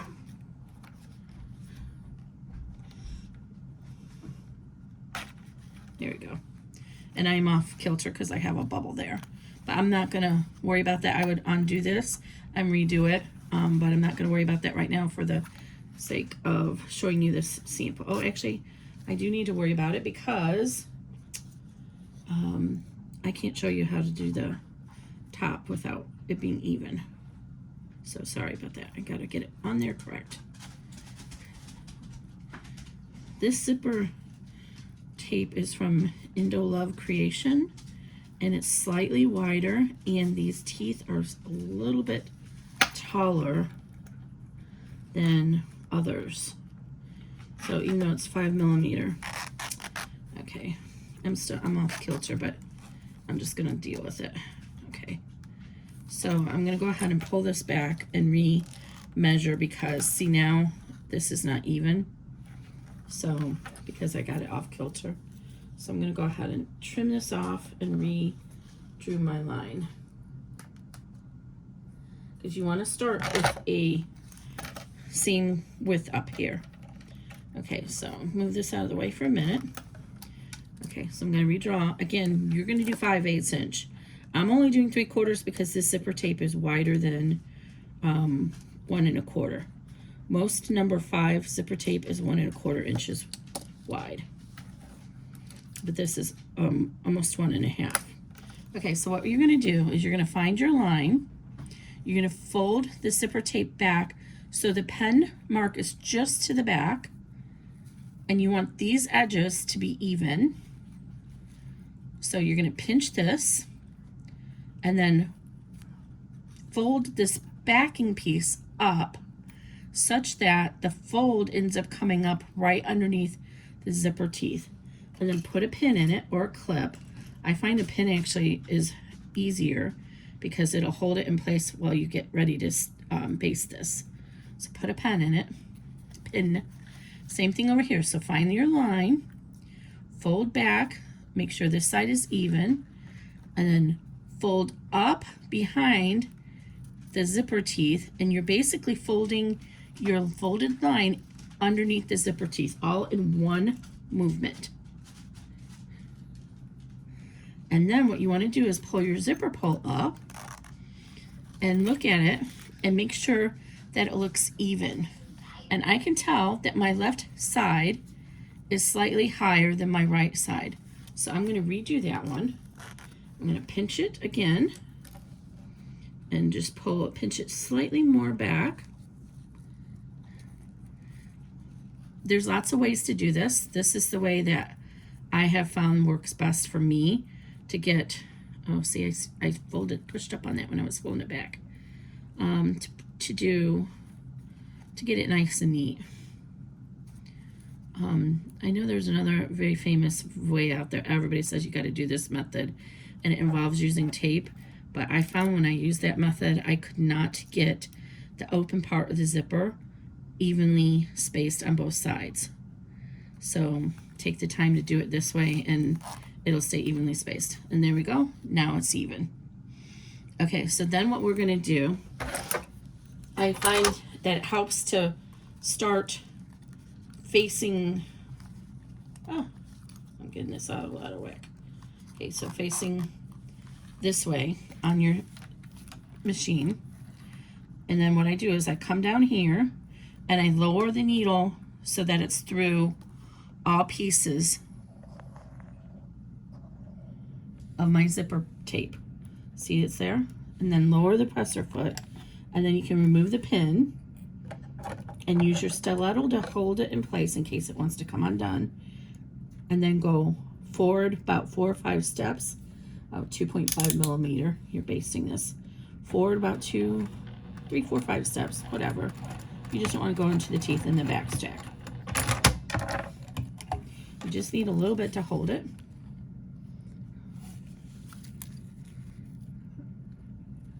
Where's the camera? There we go. Okay, and we're going to do the same thing on this side. Move out of the way, ladybug. Okay, so I'm going to come down here and bring my zipper or my needle down so it's on both sides. Got through all the layers. Move the pin, and then I'm going to go forward and then back again.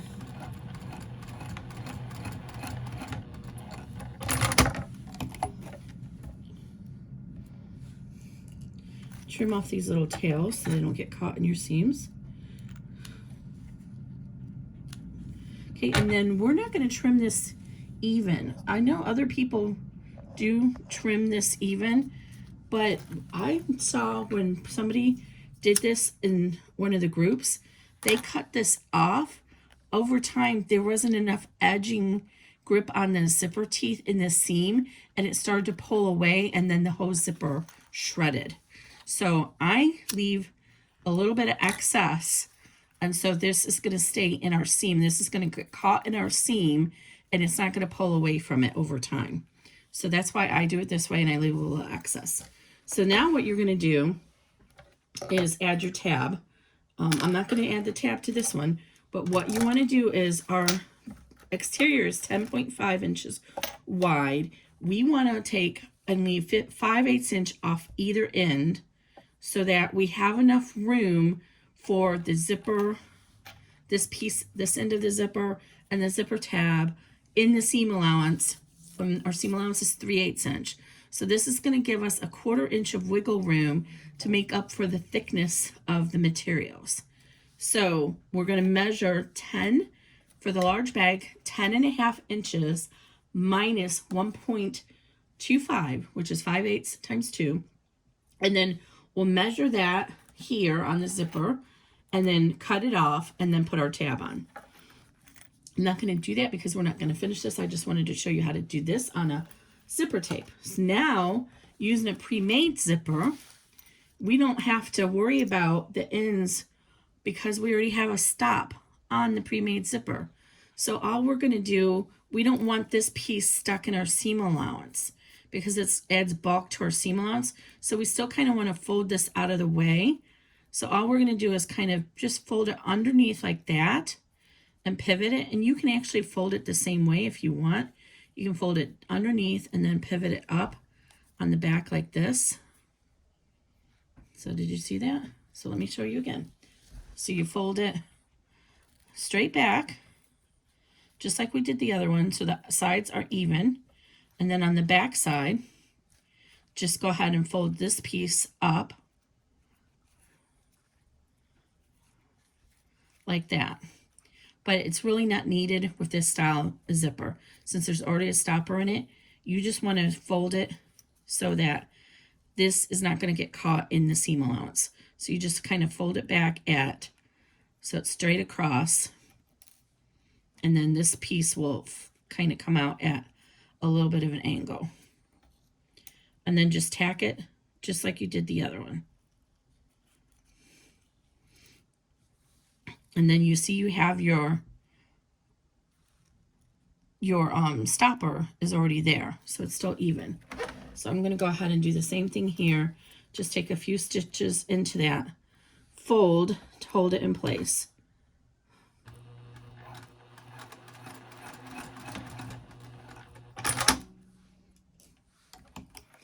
I'm going to do the same thing on this side. Oops, I'm going to actually come in a little closer because that actually folded out on me. So I'm going to come a little closer.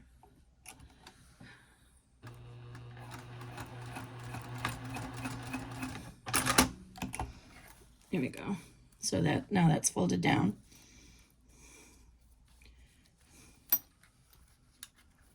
And then do the same thing on this side.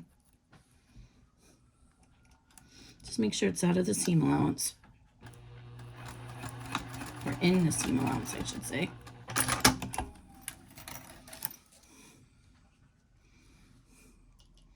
And then trim these little thread ends so they don't get in your seam. Okay, so then when you set this up, you already have your stops in their place. But we still want to add our tab. So we already figured out that we want 10.5 inches, which is the width of our panel, minus 1 1/4. So 1/4 inch from half is 10 1/4, and then another 1 inch is 9 1/4. So we need our zipper to be 9 1/4 inches long. So this ruler is only 8 inch, so I'm going to mark the 8 inch mark, and then I'm going to come in at 1 1/4. So now we have 9 1/4 inches. And then just go ahead and extend that line across. And then you can just go ahead and cut that off. So 9 1/4 inches.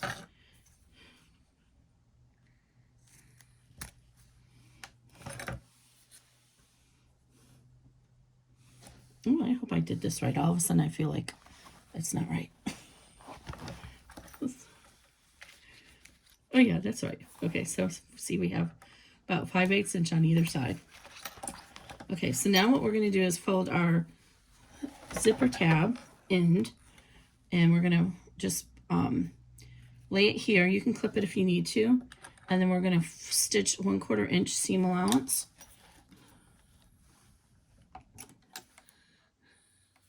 I'm going to start inside and then back stitch.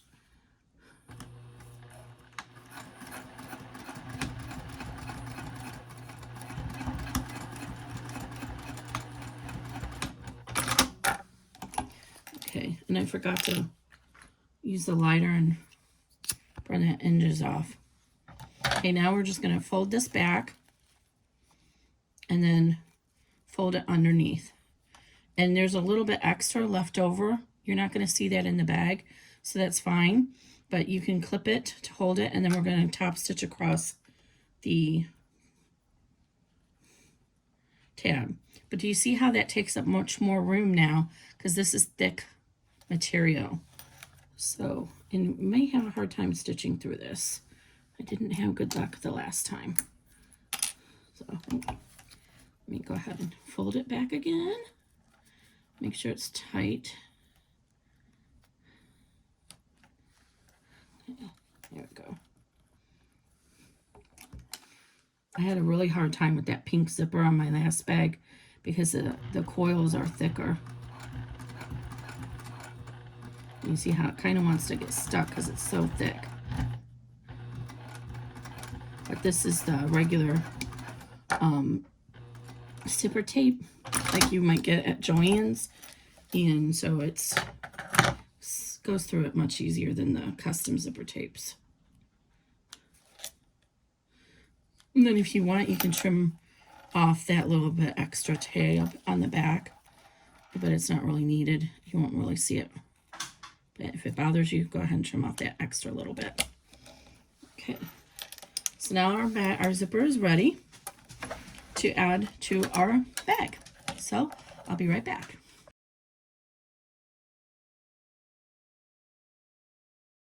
Okay, so now we're ready to add our flap to our exterior and then add our zipper to the flap. So we're going to grab our exterior panel, one of them, and we're going to grab our flap, and we want to make sure we have our flap with the right side facing up. So go ahead and fold that and use whatever method you prefer for marking the center. So you see how there's a lot of layers in there, so you make sure you're really getting the center. So I'm going to put a pin right down in there like this, and that's going to show me that I have the center. Okay, and then on here we can go ahead and notch it with a tiny little notch. Now I already marked my 1/2 inch squares on the bottom, so make sure that's on the bottom. It's not a big deal, you can remark it, but I didn't cut them out yet for this reason, in case I mess up. but I mark them. Okay, so I have my, well, I have my mark made. Okay, so we're going to do our flap first, and this is where it's going to get thick with our stitching. And we're going to go ahead and line that center up, and we're going to put some clips in here. And then we'll use the ruler and measure and make sure it's even on both sides.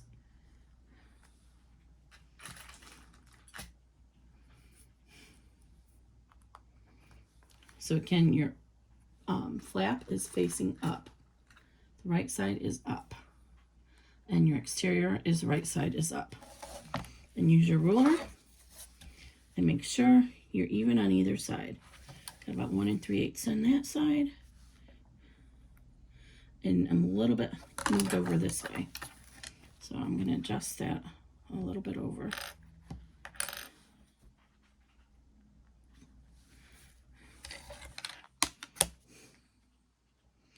Just under 1 1/2.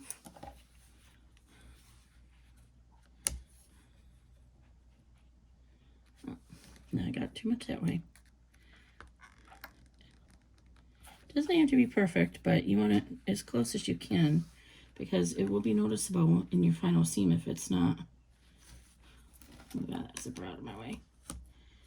Okay, so it's just under 1 1/2. What am I doing wrong? Okay, try this again. Try and recenter it. Okay, there's my needle. It's centered.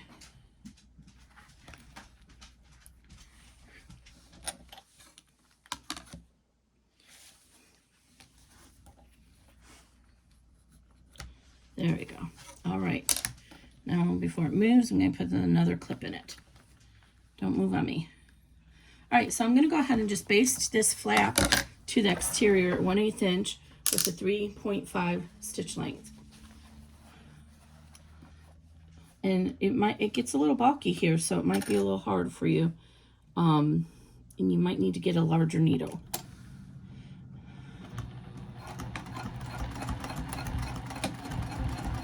And I'm just doing it right along the edge of my foot because that's 1/8 inch for, with this machine.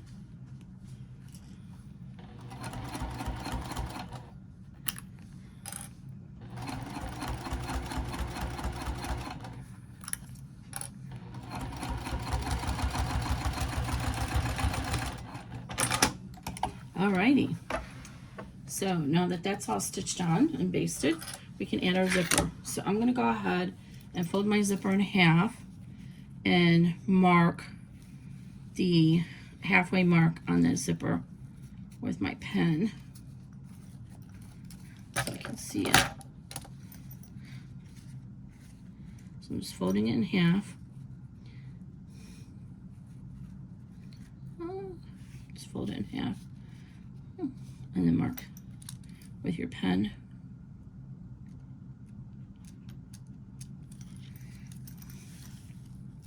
Make sure it's still in half on the other end.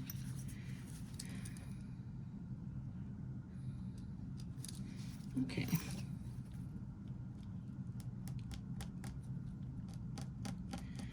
Okay, now get your little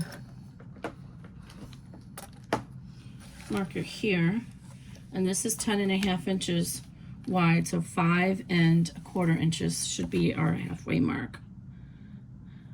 And we're going to just write it on the front of our vinyl so we can line it up. And then I'm going to mark on the back as well. We still have our marking. That's kind of hard to see. I'm just going to go ahead and mark it on the back. And my vinyl is getting, my tension is getting off whack again, so I hope this isn't the sign of things to come. Okay, so we're going to go ahead and lay our zipper with the right side facing down, matching up our centers and clipping it in place. And we're going to baste it on the same as we basted the flap.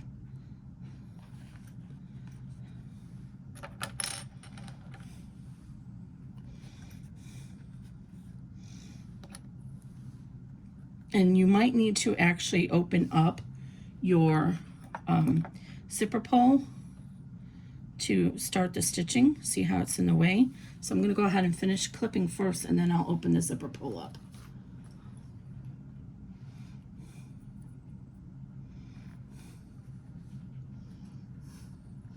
And I forgot to mention, if you have any extra of the tab on the sides, you can go ahead and trim that off.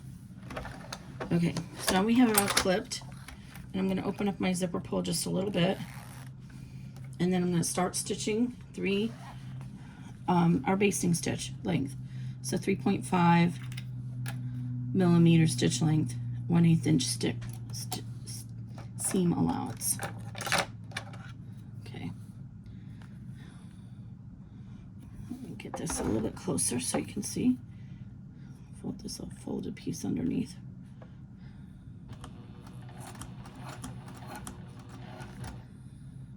And it gets to that little hump of the flap. You might need to use a hump jumper if you have one. I have a special setting where I can just have the presser foot come up. There's a micro lifter, and it'll help the presser foot come up. And as I get closer to here, I'm going to sew that closed, or reclose that.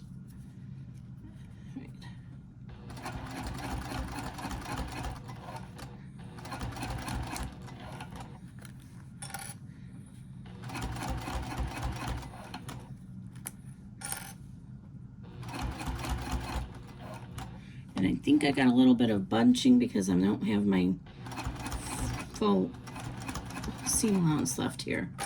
I'm going to just go back tack out of this. But this is, yeah, see, I didn't do too good job because now I have too wide up here and not enough down here. So thankfully, that's my basting stitch. So I'm going to rip that out and redo that stitch real quick, and I'll be right back. Okay, so I've reclipped this, and what I'm going to do is I'm actually going to try and stitch it from the underside, because it's more important that we have the right extra space for the tab end than it is on the other end.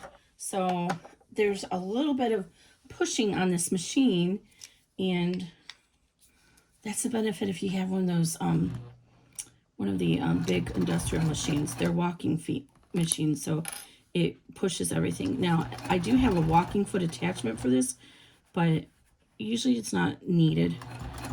So yes, it's feeding in nicely. So I'm just making sure my zipper is even underneath. And this way I know that if there's any push, it's going to go towards the other end where I have a little bit more flexibility. So as I get closer down here, I'm going to go ahead and reach all the way under everything and open up that zipper and get that pull out of my way.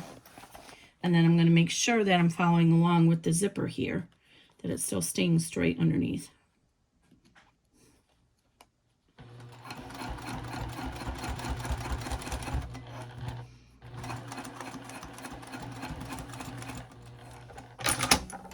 Okay, there we go.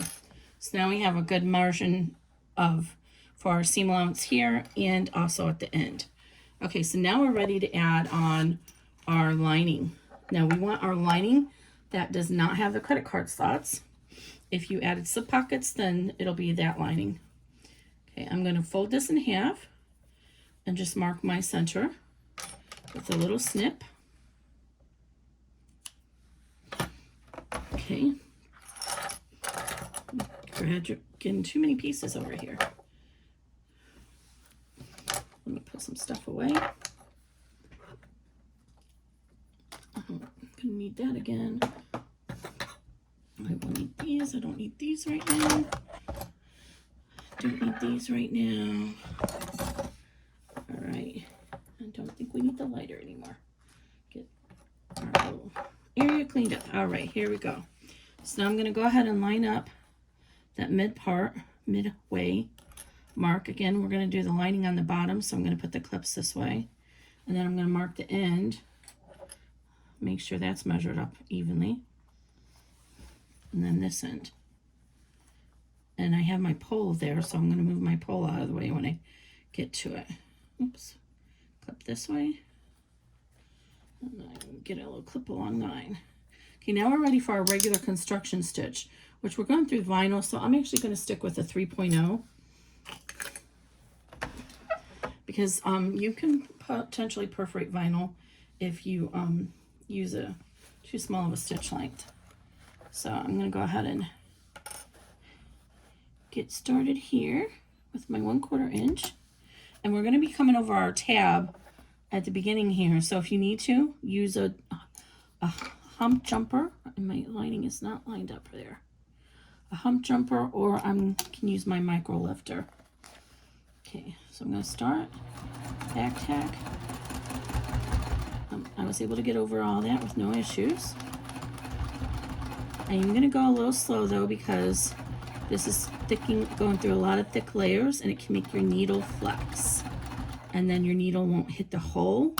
And I have the regular, the Juki has an optional needle plate that has a bigger hole in it for thick surfaces, and honestly I don't know why they don't include that with this model, because this model is advertised for quilting and bag making. But anyway, don't have it. My local shop was not in stock, so I'm reaching underneath, moving my zipper pull out of the way now, and then I'm going to continue. So what happens is if your needle flexes, it can hit the needle plate, and it'll flex or bend because the layers are so thick. Especially, it's more apt to do it if you're pushing. So you want to let the feed dogs do their job and not push the material through. All right, so there we go. So now what we're going to do is we're going to open up our lining and our exterior, and we're going to fold back our exterior against the seam so we can top stitch. So you want to kind of let your vinyl come this way, the crease, but we're not going to top stitch through our flap. That would be really way too thick. If you have an industrial machine and you want to, you're able to do that, then you can do it. But I have found that it's not really needed on all the bags I've done. So what I'm going to do is I'm going to keep my lining out. I'm going to turn this around. And so we're going to have just the vinyl and the seam allowance of the lining underneath. And we're going to start at the zipper and end at the zipper tab. So we're going to leave that first bit of bag seam undone. And then we'll just come along here and make sure we pull this vinyl out of the way as we get to it. So I'm going to take 1 stitch forward and then back tack to lock that. And now you'll see we're going to be going through a lot of layers here. So again, if you need the hump jumper, then go ahead and get that out. And I'm pulling my lining this way as I go along, and my exterior, I'm folding it out of the way this way.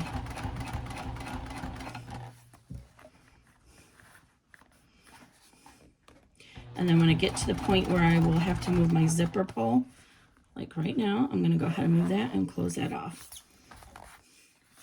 And again, make sure you pull the lining out of that seam. This is going to be so cute because it's glow in the dark.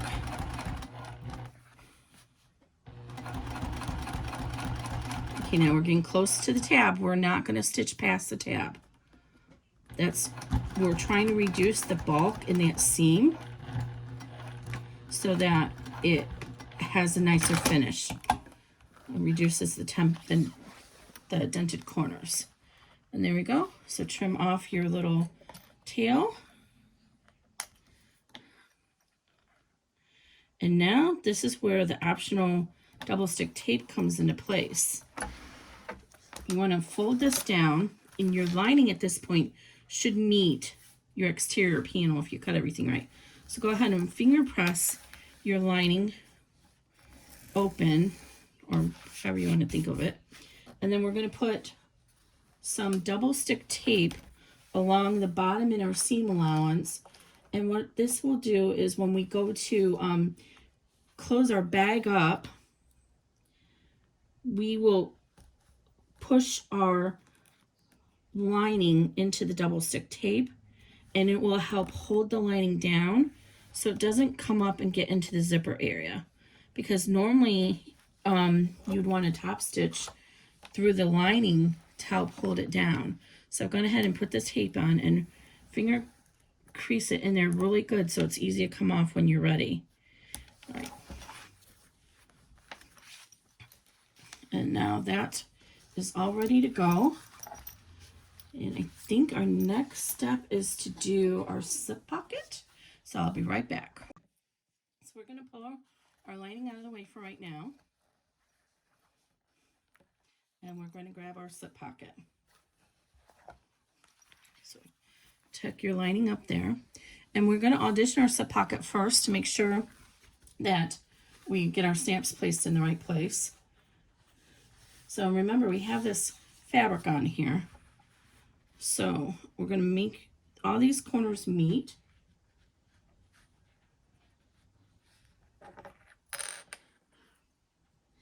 If we cut everything properly, let me take my foot off that presser foot. If we cut everything properly, then all of our corners should meet. So I'm just putting some clips in. Let me see if I can get this view a little bit better.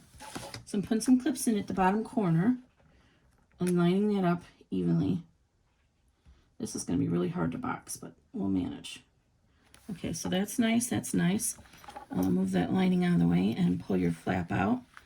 And then make sure that you have the same amount of distance on both ends here. So measuring to the top of the panel is 1 1/4. And you might have got something off. So if you do, like mine is a little bit off, I'm going to kind of budge this pocket down just a little bit because we want the pocket to be even across the bag. Okay, that's just at 1 1/4 and 1 1/4. So this is perfect. So you see I have just a slight amount that's off down there. So I'm just going to put another clip there. Okay. So now what we want to do is fold our flap down and determine where to put our magnets for the receiving ends. So you can see how this wants to kind of bring the zipper with it. So you want to kind of, this is hard to describe in writing, but you want to fold. So you're going to kind of roll this and fold it. And my best estimate is if you make it so that it's like right up to the zipper teeth. So you kind of push this up like this so it's right close to the zipper teeth. That gives you a really good, see what I mean? It gives you a really good leeway there for putting something in the pocket. So, because ideally you don't want to put it flat like this, else you have no room to put anything in here. So in an ideal world, you would put your phone in here, and a thick phone or something like that that will take up the space in here so that you can get a good idea of how thick you need to make this. And of course I have nothing handy here. Oh, this is a good idea. So I have this is 1 inch thick. So if I put this in here like this, then I know I have that much depth. And then if I go and position this and put my snaps there, then I know for sure I have enough room for my phone. So whatever it is you're going to put in here is what you want the depth. I don't need a whole 1 inch, 1/2 inch would be probably plenty. So I'm going to go with just folding this back on itself and make sure it's even across. So make sure that zipper is down. Can I get a better angle at this to show you what I'm trying to explain? So let me see if I can get this at a better angle. So this is a zipper tape. So what you do is you kind of roll this up and see how now it's like touching the zipper tape. You do that on both sides, and then that light placement for your magnets, and then you have enough extra room in there for your items. So, but you want your magnets to be even across your pocket. So you get the first one marked, then you can measure. So I'm going to use my little Sew Whatever pen, and I'm going to just, so I have this where I want it, and I'm going to pull this up, and I'm going to just put a dot right where that magnet, where this piece is, where I positioned it. And I'm going to put a dot there. And it should be, so far most all of them I've done, it's been about 3/4 inch seems to be the magic spot. Oh, that's 7/8 inch. So, but I'm going to go 3/4 inch. So I'm going to lay this here 3/4 inch. Yeah, it's right there. All right, and then I'm going to do the same thing over here to mark this positioning of it, but I'm going to measure and make sure it's 3/4 inch as well. So it's going to be right there. And then this side is over here. So right there. And then I'm just going to double check and make sure it's 3/4 inch, which that one's not. So I'm going to come up in here. Let's see, mark it down this way a little bit. 3/4 right there. So right here is my 3/4 mark. Okay, now I'm just gonna, so we have this clip and I have this excess right here. I'm gonna draw a line there just so when I have to reline it up again, I know that was right. Okay, so now what we're gonna do is take our pocket off and get some more of that Decoville scraps, and we're gonna cut a couple of little backing supports to support the snaps, just like we did on the flap, so that I know where to place these. I'm just gonna go from, I don't wanna go through my lining, I don't wanna go through here because I wanna hide those snaps. So I'm going to go and put my stiletto through here and push the hole, and then down here, that one's smeared a little bit. Didn't realize it would do that.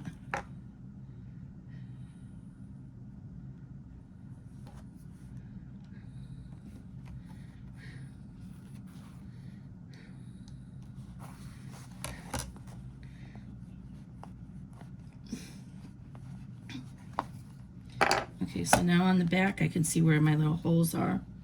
Just go ahead and mark that with an X so you can tell. Just mark it somehow so you can see it through the Decoville.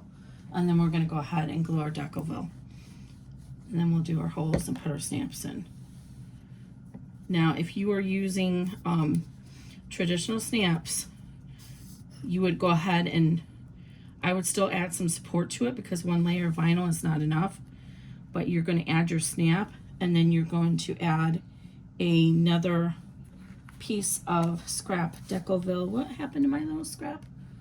Or vinyl, and cover up the flanges of the snap, the ones that have the prongs, because if you don't, they can wear through the material that they're on the other side of. Fusible fleece is actually really good to use for that purpose if you have some fusible fleece. So I got those, and I can see where my mark is.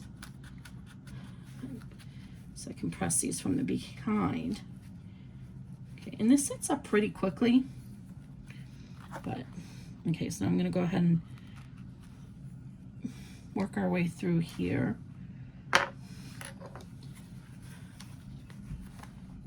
So I'm going right through. I made a cross there. So it's going to come out the same place I had the hole to begin with from the front. Okay, and then on the front, we're going to go ahead and use our scissors to make that hole big enough for our snap to come down into.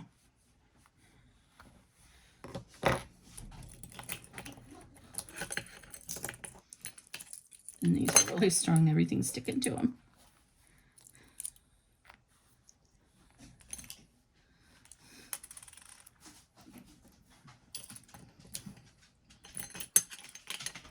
It seems like this is the longest bag ever, but really, if I didn't have to tell you everything that we're doing, you could probably have this sewn in less than an hour. Okay, so I'm gonna this through. Make sure it's going through the decouville on the other side. I might have to make the hole bigger. Let's see. Oh, there we go. Then put the cap on it. And then the same thing over here. Go ahead and use your hole maker, or in my case I'm using the scissors to make that hole bigger. If you're going through only fabric, you can add some fray check as well to help make sure the fabric doesn't fray and tear. Okay, and then I'm going to put the cap on it.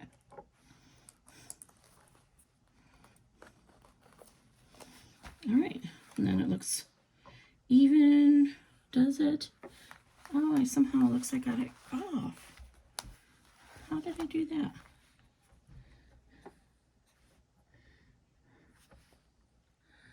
Oh, I did. It's a little bit off. All right.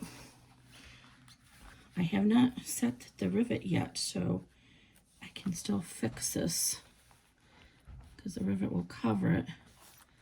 But is it gonna look off when I put it all together?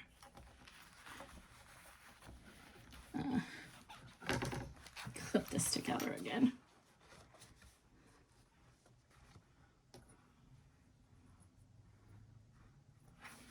Yeah, so if you use that little marker pen, beware that it smears. It smeared on me. Okay.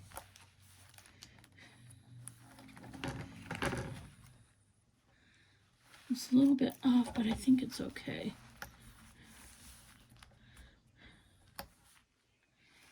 So take the time to make sure everything looks good before you continue on. So what I'm going to do is I'm going to see a zipper that's just under 3 inches. Just, yeah. So I think we're okay. It's off by just about 1/8, but it seems to be okay.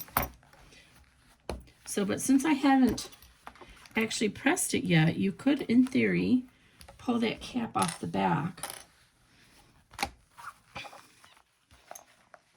You can pull this off.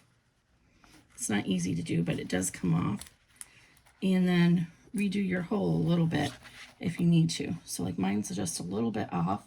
So I could actually kind of come in and smash that hole a little bit more farther down. And then I'm gonna push this back in.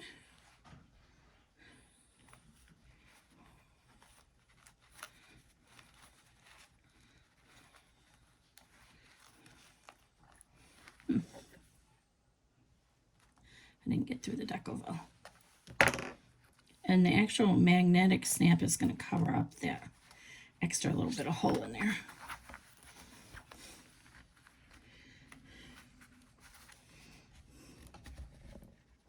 There you go. Now let's see. That looks right now.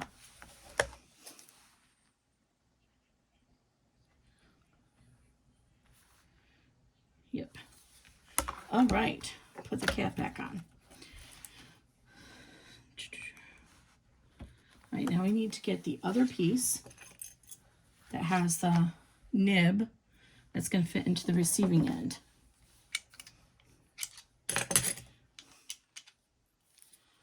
And the gunmetal would have looked much better on this, but, and then turn it upside down and just kind of work that material in there as best as you can without going too crazy at wrinkling it.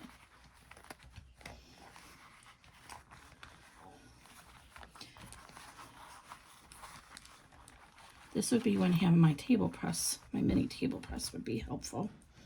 I don't have that out. I'm gonna move this out of the way because I don't want to damage the vinyl.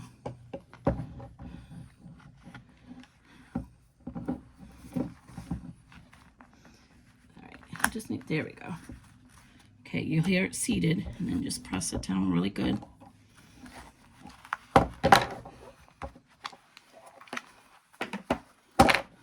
Make sure that there's not any extra slack there. And we're going to do the same thing over here. And then we're going to go ahead and reposition our pocket and baste it together. And we're on the home stretch. Okay, there we go.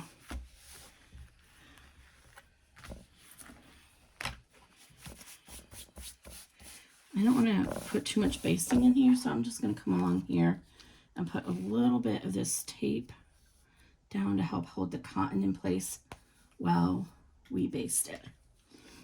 So I'm just going to come along here. And this will be in our seam allowance.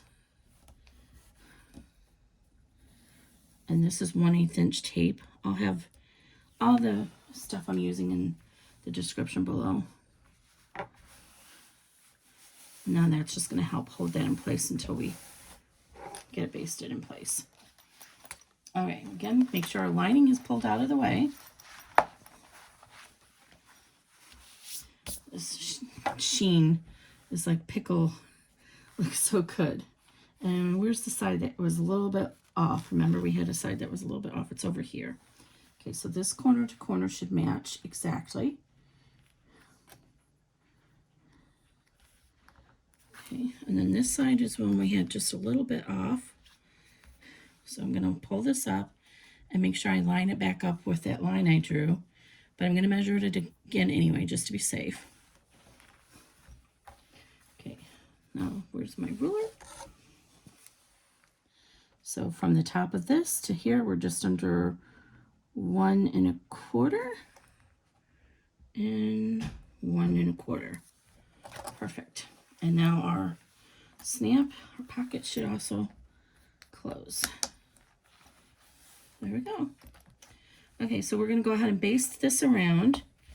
And if you are doing one of the other bags where you're going to put the D-ring on the side, you want to go ahead and add that now as well. So what you would do is you would take your D-ring strap connector,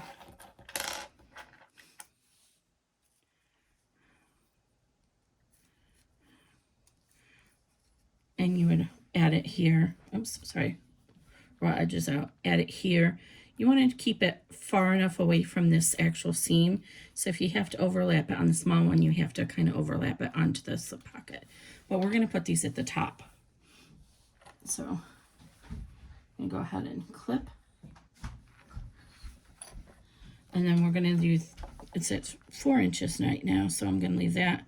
We're just going to baste this pocket down so this becomes one unit to us now. Ooh, I think my cord started to come undone. Okay, so we're just going to go ahead and baste. Make sure your lining is out of the way. Baste this down at a 1/8 inch seam allowance all the way around.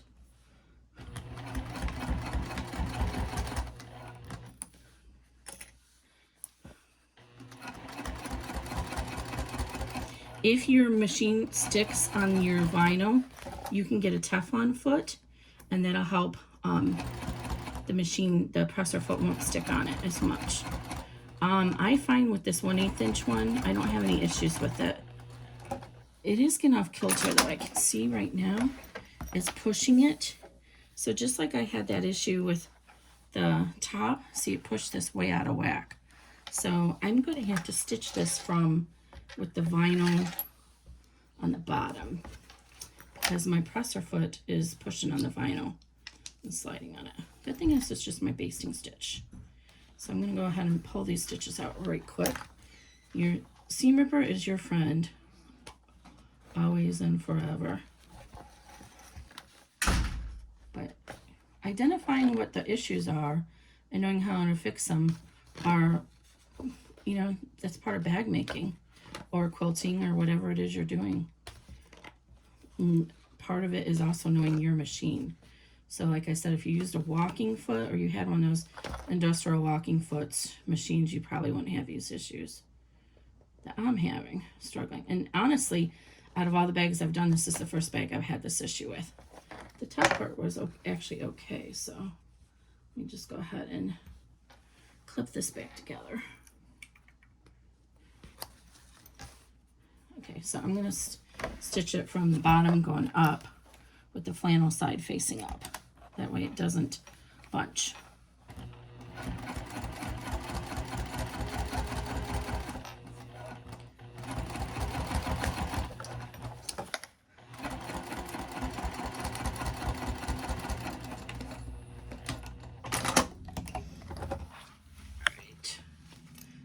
do the same thing over here for the same reason.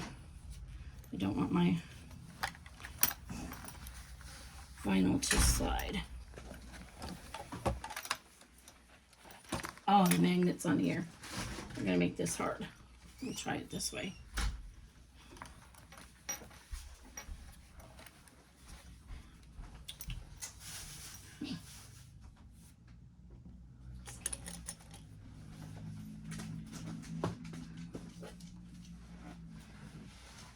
Let's go ahead and do the, I just want to make sure I have that clipped because see how my pocket was a little bit off. I want to make sure it's really tight.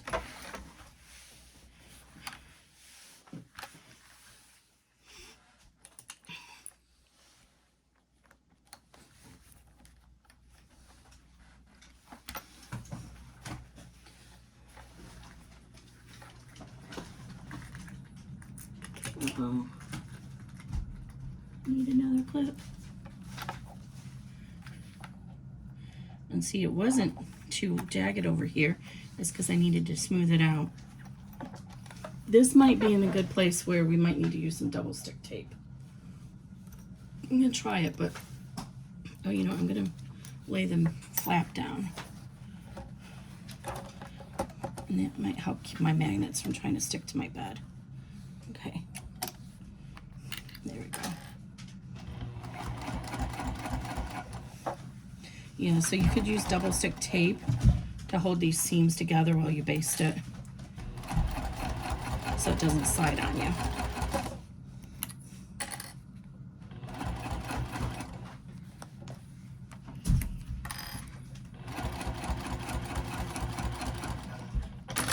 All right.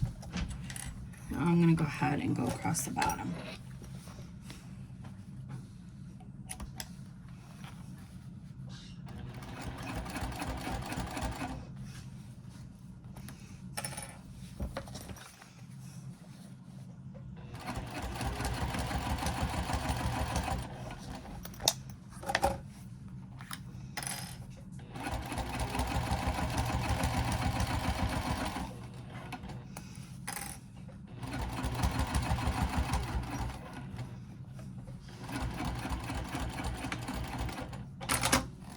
All right, there we go.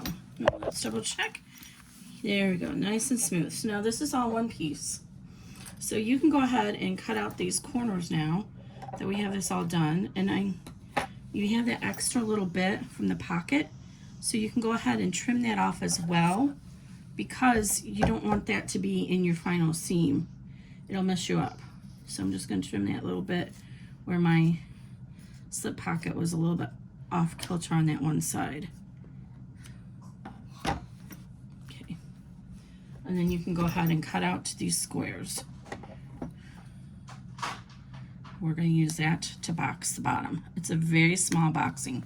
Now, because I'm just doing the instructions following the PDF, I'm still doing a 1/2 inch on this crossbody bag, but to be honest, because it's so much taller, you can go 3/4 to even 1 inch if you want. Whatever you cut the square out, your gusset at the bottom of the bag will be 2 times. So this is 1/2 inch, so it's going to give us a 1 inch gusset at the bottom of the bag. Okay, now we're ready to move on to our adding our back exterior and our zipper pocket. But we need to add our, just like we added our flap first, we need to add our D-ring strap connectors. So I need to get my little scrap Decovil and glue that on here. Maybe 20 minutes. I found out why the lunar kind isn't working. Why? Cookies are disabled on the laptop. Which side needs cookies? I didn't disable them. Well, it says they're disabled. Okay. So I'm just going to go ahead and glue this on with my Fabri-Tac. If it starts to get thick on you, you can use nail polish remover to thin it out. So I'm glad I made that decision to use that lining on the back of the pocket because this stuff is picking up everything.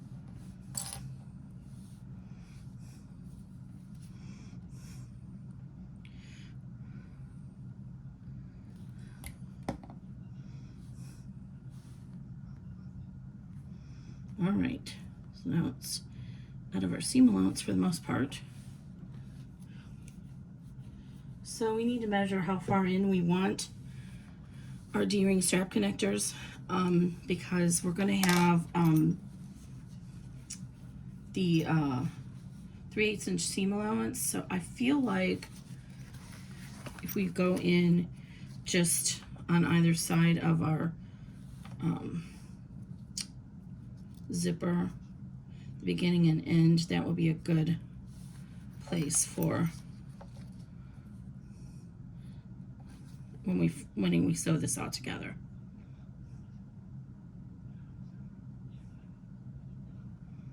I'm thinking, wait. I haven't done this before like this, so I gotta think about, yes, it has to go against the zipper. I'm thinking about my in the hoop version. Okay, so it has to go against the zipper. So we're gonna measure in so that we can make sure it's even in the bag. We're gonna measure in from this side. So let's see.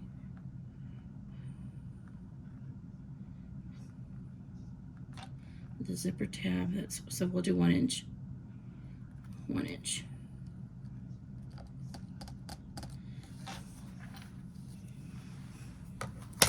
I'll move the zipper pull out of the way. And 1 inch from this side.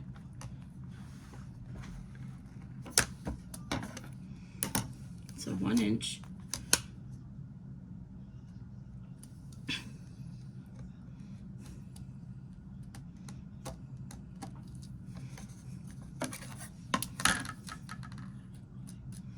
Okay, we're going to baste our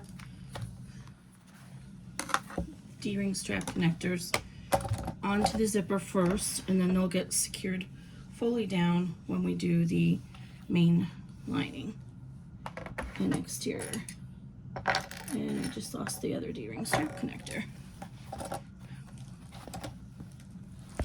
Sorry guys, where'd that go? Here it is. Okay, get the credit card lining, exterior out of the way. Okay. So go ahead, and this is going to be a little bit awkward because our flap is here and wants to kind of pull up on us. You want your D-ring strap connector, the raw edge is going to extend beyond the zipper by about 1/2 inch. And it's going to be a little awkward in here because the flap is here. So it's going to make it a little bit harder to secure that in place. In fact, you can actually just pull this undone and just fold this all the way down like this. Okay, and make it about 1/2 inch above and put a little clip in it and hold that in place.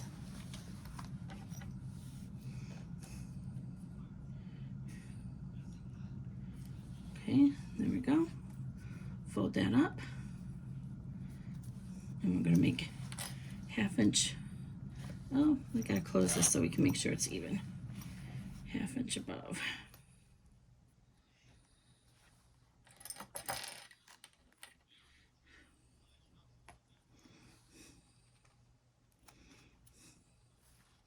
Oops, I didn't even get it on the zipper. Okay, so make sure you hold this up and make sure it looks even on both sides. It does. So I'm going to go ahead and baste this in. I'm going to use a little bit smaller basting stitch this time. And I can go ahead and move that zipper pull out of the way now. So this side is going to be easier. Make sure it's straight.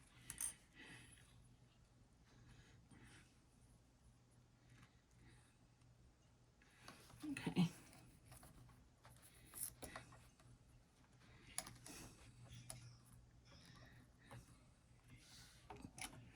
Okay. So then we're gonna baste this into place.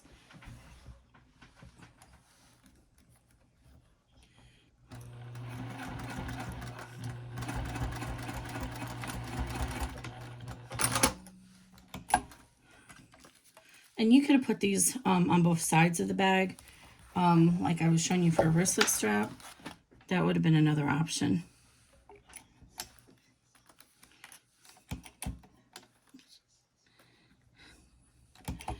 This came a little bit off kilter. We want to make sure it's even, else they won't hang at the same length. So I'm going to redo this. It's very awkward, I'm not going to lie, with the flap there.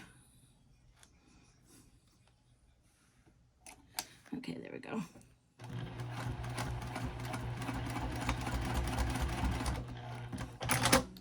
Okay, and we're not going to trim off our D-ring strap connector endings. We're going to leave those as they are, because that will provide security to those when they're inside the bag. They'll be less likely to come loose. All right, so now we're ready to add our exterior panel. So we're going to go ahead and fold it in half. Make sure the corners are at the bottom and mark the little midway mark.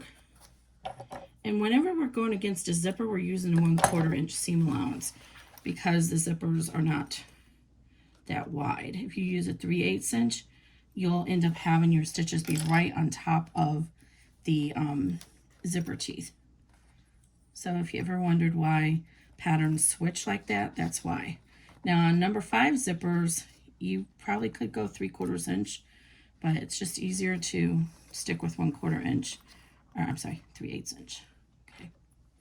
So I just want to make sure this is even.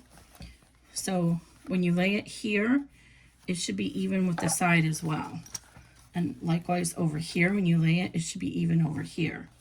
So that's what I'm just double checking that it is. And then I'm making sure my zipper is even. And I'm going to base the zipper in place. So even with the flap on, I can tell that's even there. And what I do a lot of times is I will just actually clip this to the edge so it doesn't move once it's in position. And that way I know that it's in the right, I'm going to do it from this side. That way I know it's over this way enough. So you can actually clip it.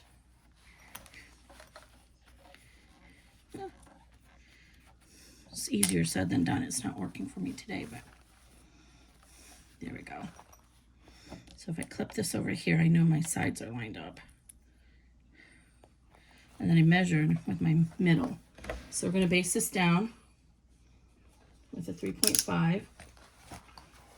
I'm going to try from the zipper side. Make sure the zipper stays to the top of your, oops.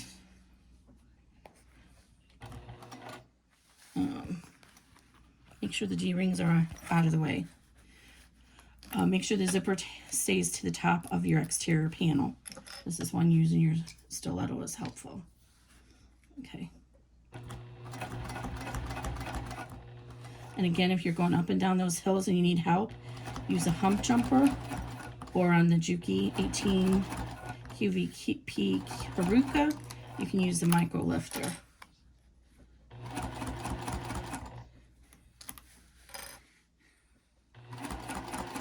You do not want to stretch your zipper when you're doing this, because if you stretch your zipper, you're going to get a wavy zipper. So if you're having trouble fitting your zipper in, then something's wrong and you need to adjust what you're doing. I'm unplugging that or unzipping that, and then making sure that my zipper is lined up with my exterior. And we're going to go up the hill here. And when you come back down, make sure your zipper is still even with the edge of your exterior. All right, now see, now we're going to have that zipper tape will not be in our seam allowance. Okay, so now we're ready to go ahead and add our credit card lining panel. So go ahead and fold this in half and mark the center.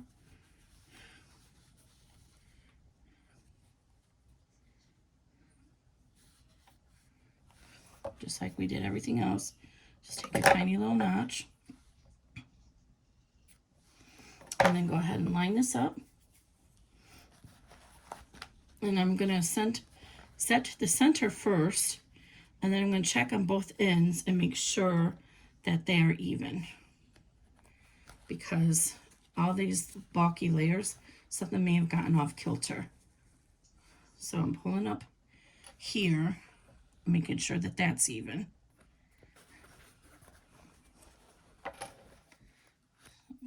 Close that in. And then at the other end as well. So go ahead and loosen that one up now and make sure that your lining reaches the end there.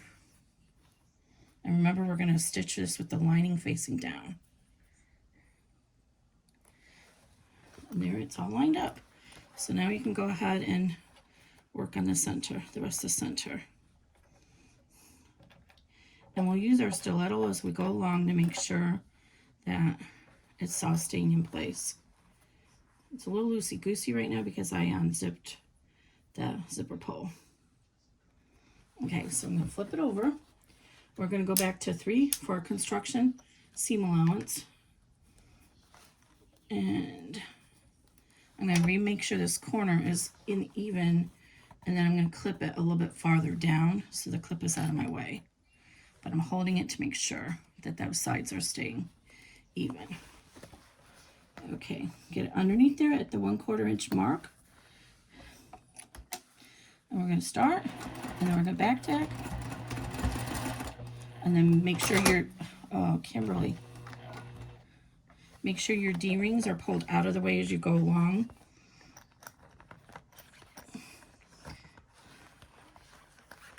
Okay, it's kind of awkward here.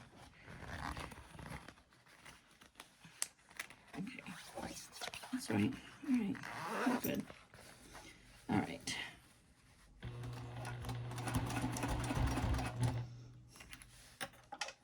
And you can go ahead and back tack over the steering strap connector a couple of times into the seam allowance. I'm just double checking underneath that the credit card lining hasn't slipped out of the way, because I'm having a hard time keeping that 1/4 inch seam allowance here. Actually, it's a little bit off kilter, so I'm going to backtrack. Actually, when I came down off the hill, it was a little bit off kilter there. There we go. Alrighty.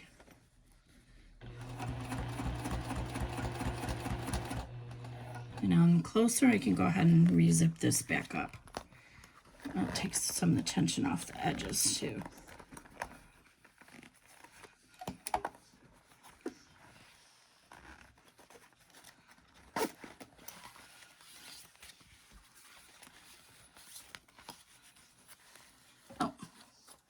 Release that clip.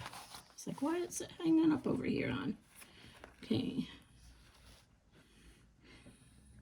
Uh-oh, I think I got my credit card lining stuck underneath here. Did I? No, it's really tight though. So, yeah, see, I did start to come underneath. So I might have to pre-base this because it's a really tight joint. I'm going to redo this. I'm going to take this out and be right back. I'm going to have to do it from the lining up because there's so much bulk in here that's pushing against the lining for the credit card panel because it's very close to the top. So I'm going to stitch it from the front after all. Okay. So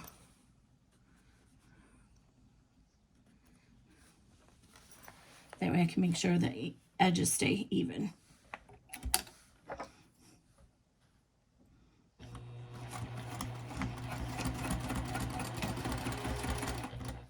So you do whatever works best for you in your machine.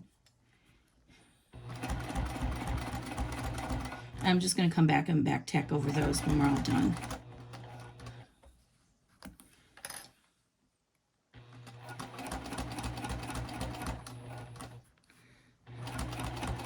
It's a really tight seam here, but I don't want the credit cards all the way down at the bottom of the bag, and that's how it was in my first version.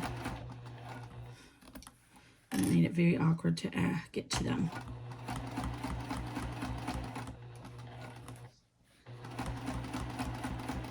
All right. Oh, got my finger in there. Okay, this is the part we've already done. So I'm just going to come back over here and back tack over this D-ring strap connector just to give it a little bit more strength. All right, we're on the home stretch now. Okay, now we're going to go ahead and just like we did before, we're going to top stitch through our exterior panel only. So we're going to open this up and keep the lining, the credit card lining over here, but pull your D-ring strap connectors this way underneath. So you'll be stitching through those and increase to a 3.5 or 4. And then we're going to top stitch through the exterior. And you want to kind of start at the tab and end at the zipper on the other end. So we don't want to go all the way to the end.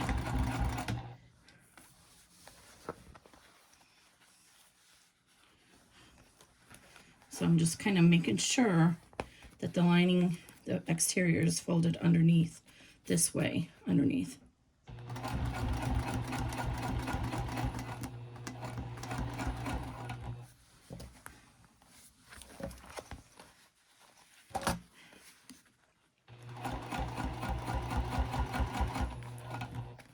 I'm not doing a very good job of maintaining. Ooh! Oh, look right here, guys. This came undone. That's not good. I'm glad I discovered that now. I don't know what happened there. Oh, my tension is way off. It all came undone. Oh, my Lanta. Did I run out of bobbin thread? Shoot. It's going to be really hard to line up those holes again. Oh, my Lanta. I think I ran out of bobbin thread. I did. Oh. Cry. Time to cry. Time to cry. Oh my gosh. And I usually always do a reminder to check your bobbin thread before you do your top stitching.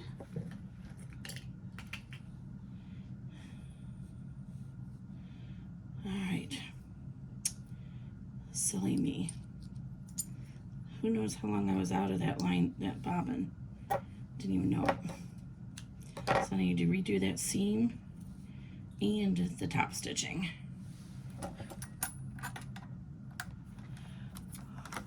I always like to take my scrap of fabric after I redo the bobbin, make sure it comes up properly.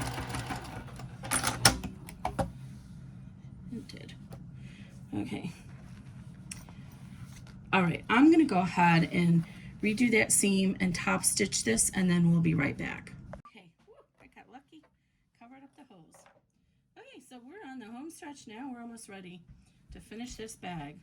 So I'm gonna go ahead and cut out my corners on my exterior, and then draw my corners on my lining panels. I didn't do that yet because it's easier to do it after the credit card's done, in case we had to trim anything, which we did.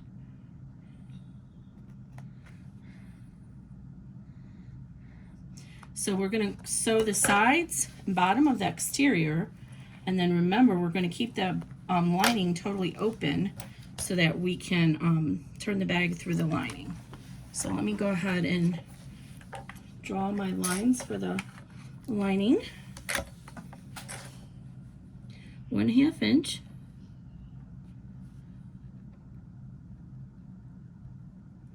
It's really small,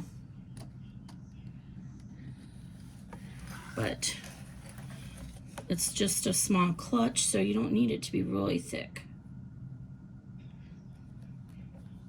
Again, with the crossbody one, it is so much bigger. You can make it a little bigger if you want. I'm sticking with 1/2 inch because that's what my instructions say.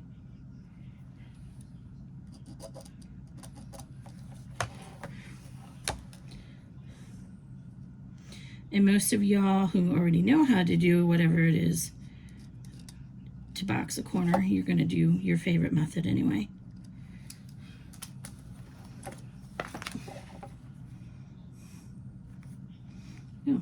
that would have been scary. Had both pieces there. Might have worked out well, but it might not have. So go ahead and trim this out.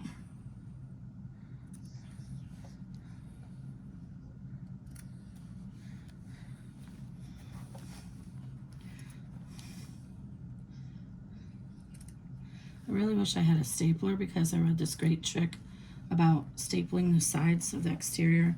That way you can make sure that they're even. So what I'm going to do is I'm actually going to just do the first part of the sides of the exterior and then peek underneath and make sure they look even before we continue. All right. So go ahead and join your, you need to open up your zipper, okay, and you're going to join your exteriors together. And remember, you have all that bulk from the pocket. So go ahead and do that. So what we want to do is we want to make sure that these pieces are right on top of each other, and make sure that this D-ring is not going to get in your way either. So you're going to,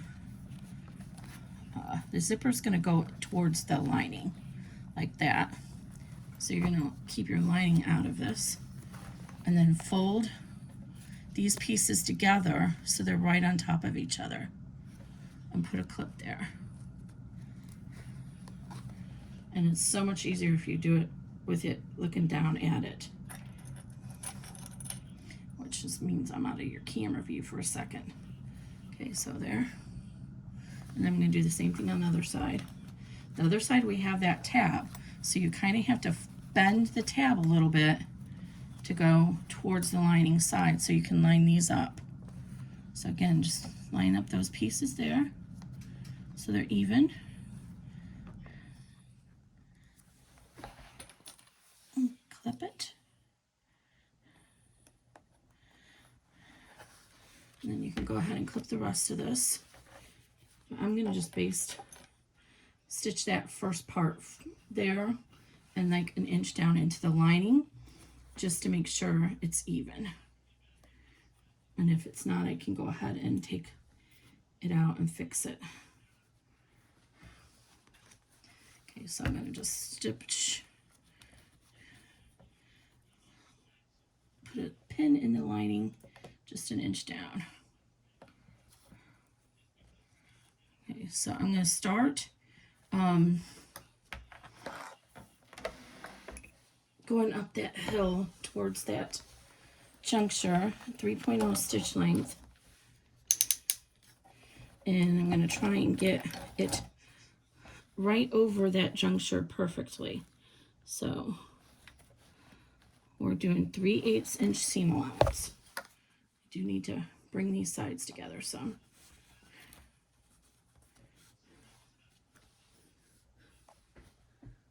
Where did all my clips go? Huh. Did I just drop them on the floor? Okay. I don't know why this should be even across the whole thing, because when we did the pocket it was. Okay.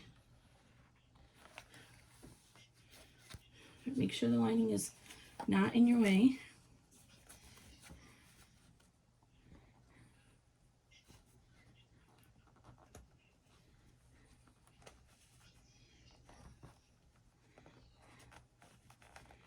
This is going to be really difficult.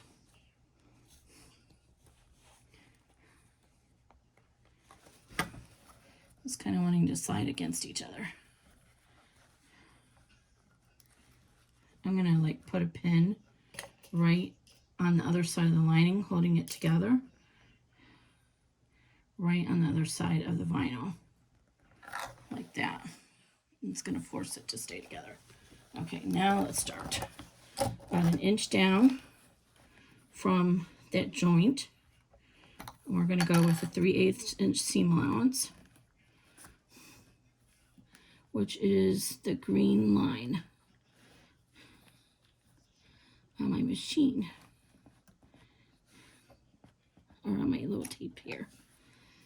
So we should be coming right close to our actual zipper, the end of our zipper there. Get my stiletto out. I'm not going to backstitch because this is just my little keep my flap together and my sides together stitch. So I'll backstitch when I come back around to that joint. And we're going to go about 1 inch past it. All right. Now I'm going to take a peek there and see how we did.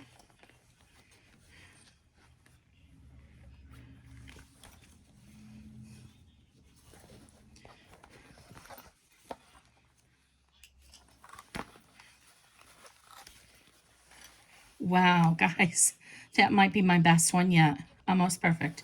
I'm happy with that. So I'm going to do the same thing over here. Make sure that this is lined up again. And then I'm going to put that pin through the lining to force. So I got it as close to the exterior as I can going through the lining. So the lining, this pin is forcing that to stay together. And then I'm going to do the same thing on this side. I'm just going to do a 1 inch seam just to make sure I get it even. And then again, our zipper tab is going to be folded towards the lining, and your seam should not come to the zipper tab. And I just realized that I forgot to put the double stick tape on the other side of the lining on this. I did the top stitching, so we'll do that here in a minute. Okay, so this is trying to come apart. There we go. All right, press our foot down. This is like a little bit off here. There we go, okay. 3/8 inch. Sorry. I know it's fiddly, but I want it to be perfect, right? You don't want it to be off kilter at all, because everything is lined up, assuming it's going to be centered. And if you don't keep it centered, then your flap, everything is going to look wrong. Okay, so I'm going to pull this pin out and make sure that my exterior is right on top of each other again. Use my stiletto. And it's going to get really close to that zipper tab. So I might actually have to use my micro lifter to get past it. So I think I'm okay.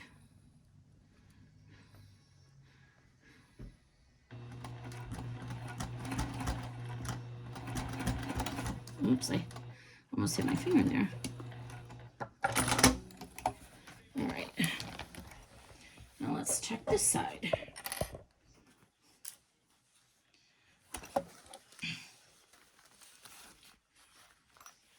Oops, in the wrong direction.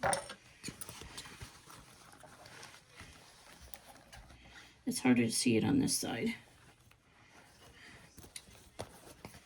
because the zipper's there.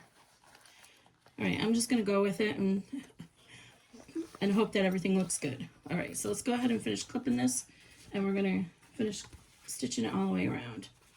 So the exterior, we're gonna do 3/8 inch seam allowance, and as we get to the lining, we're gonna increase that to 1/2 inch, just shy of 1/2 inch actually.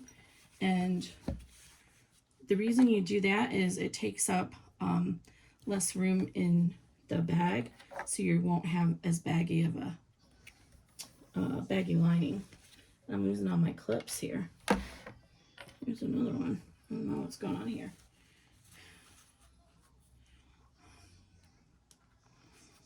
Okay. So I like to pin we only have to worry about our sides of our lining right now. I like to pin the pins going the direction that I'm going to be facing them when I come around on the sewing machine. So I put them in that direction.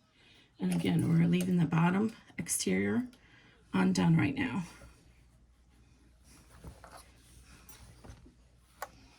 So So we're just lining up our sides.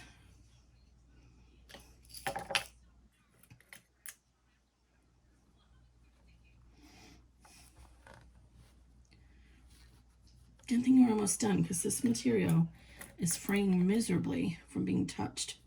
Oh, when I get to the cotton lining, I am going to reduce the stitch length to 2.5.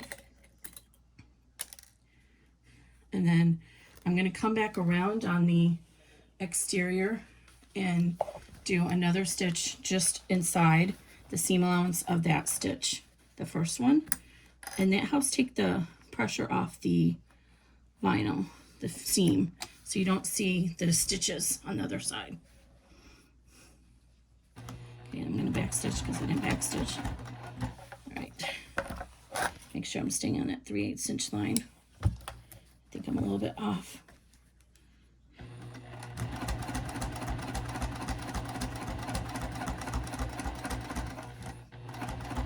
And before we box the corners, we'll trim the seam allowance down to about 1/4 inch. Why do you do that, you say? I had the same question when I first started sewing bags big time. In quilting, we didn't do that. In quilting, everything was 1/4 inch. And even our quilted bags, we always did 1/4 inch. So I started watching all these sewists, and I'm like, why are they sewing like a 1/2 inch seam allowance and then they cut it down to either 1/8 inch or 1/4 inch? That's such a waste of material. Well, I soon realized it's because the materials are so much thicker. It is really hard to maintain a 1/4 inch seam allowance when you're doing such thick materials, and especially using vinyl. It's really hard to maintain it, but a 3/8 inch or even a 1/2 inch is much easier to control. That's why it's done. I've never had anybody explain why, and it was always curious to me. I'm like, why are they doing it this way? And then I finally, as I started doing more bags, I realized, oh, that's why they do that.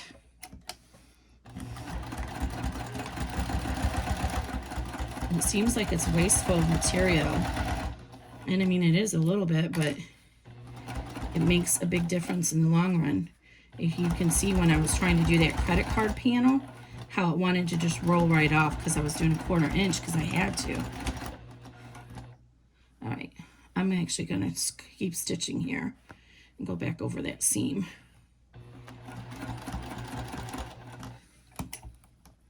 All right, now as we get to our lining, I'm going to go ahead and reduce it to 2.5 and get closer to that 1/2 inch seam allowance.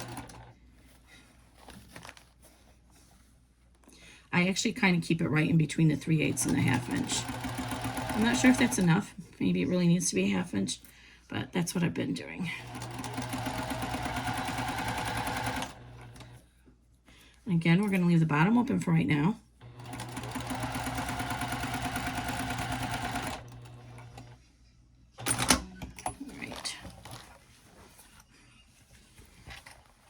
Come over to the other side, start off at that mark in between the 3/8 and the 1/2 at 2.5, back tack, and then as we get closer to the exterior seam, we'll reduce, or we'll go back down to the normal 3/8 inch seam allowance.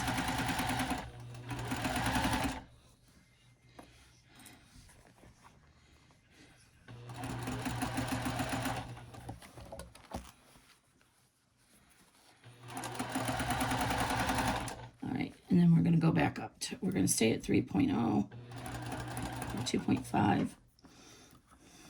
Oh, I cut off kilter there. I'm going to redo it. I'm going to stay on that 3/8 inch. So it meets the exterior. I see it got hung up over here on something on the table. Okay, now I'm going to increase to 3 again. Okay, and now I'm just going to come back around and do that extra stitch around on the exterior, and then I'm going to trim the extra exterior vinyl away to about 1/4 inch.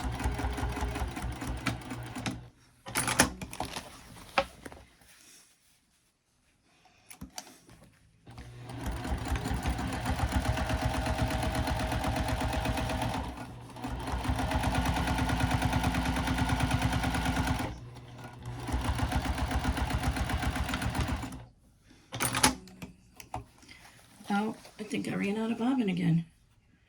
I sure did. Okay, well, I'm going to go ahead and run the bobbin, and then we'll be back to finish this up in just a few minutes.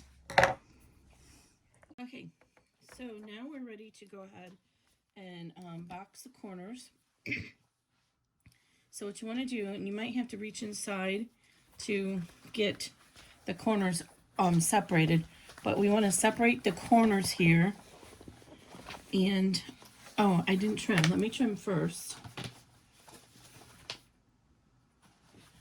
because this is really thick. If we don't trim this extra vinyl seam allowance, it won't look as good when we trim the bag. So I'm just going to trim it down to about 1/4 of an inch, like we discussed.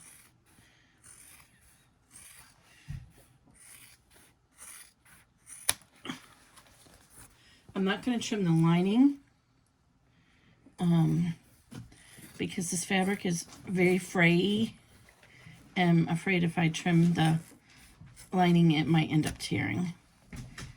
Just can't get up here enough.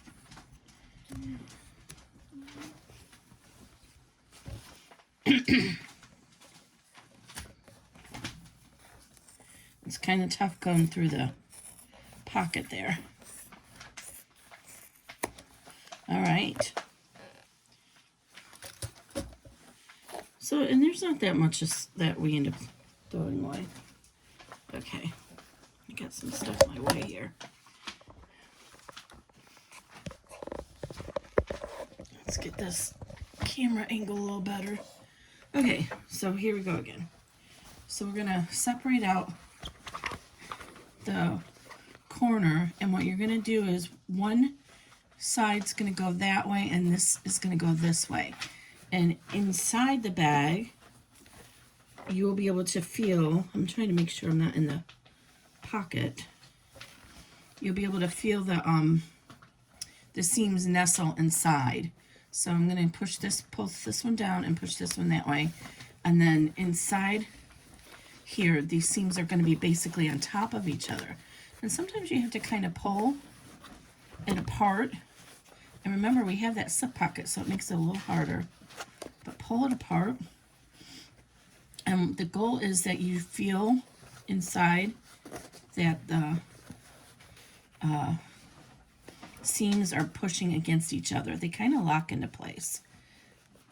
So I'm going to put some clips here. Okay. So, and if you look here, you should be able to see it locking into place as well. And then we're going to stitch a 3/8 inch seam allowance. Thank you. Good night. 3/8 inch seam allowance.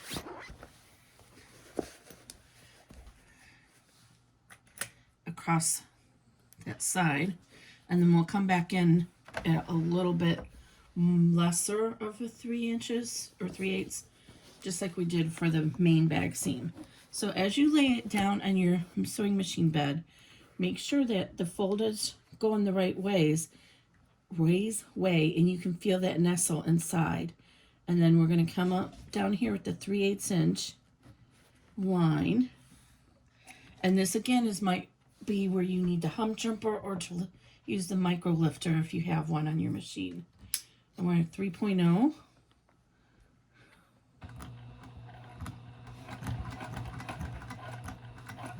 I forgot to backstitch. Always backstitch at the beginning and end.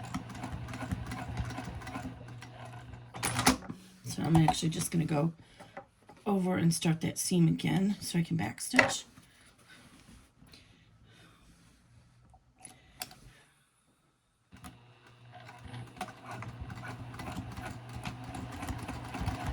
And normally what I do is, if it's cotton, I just back tack over it again in the same place, just to strengthen the corners, because sometimes they'll take a lot of struggle, a lot of tension. All right, so there I just did another seam just inside. I'm gonna trim off these edges. I'm not going to trim this corner down very much because it's because of the way it's folded. It's already pretty thin, and I don't want to risk it coming apart. So now, one important thing is this, since this side is flat, you need to make sure it stays the same direction all the way to the other side. So this side has to be folded this way. So that means this piece is going to come this way. And again, reach inside if you need to separate out those corners of the vinyl from each other. And then you can feel them nestling inside. Then put your clips here. Hold this corner together. Make sure they're still nestled inside. And then we're going to do the same thing over here in the 3/8 line.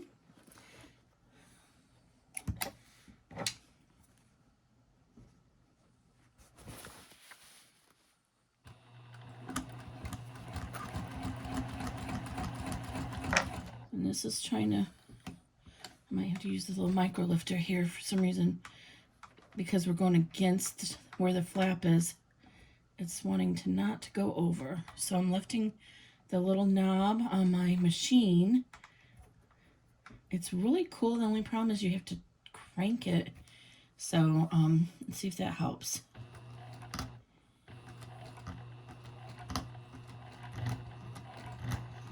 It's going through a lot of layers right there. And I didn't get the back stitch because it was stuck, so I'll go back over it.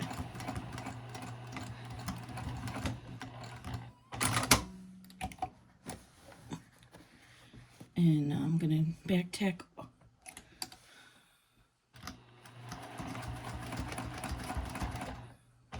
Alright, and then we're going to go just slightly, like 1/16 inch. And we're going to do the same thing.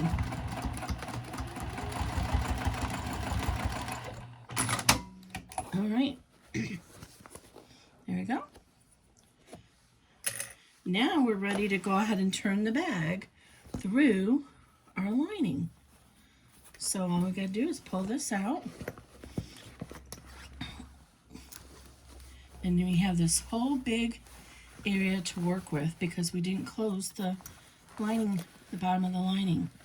So it's so much easier to turn the bag. I mean, there's times when I don't have arthritis, but there's times I feel like I'm getting arthritis because it's so hard to turn the bags in the small holes, in those 3 to 4 inch holes. But when you leave the whole lining like this open, it's so easy. So there's the lining side out. So now we're going to go ahead and keep turning and get the bag side out. Oops, I got some threads in there. Okay, so just keep turning.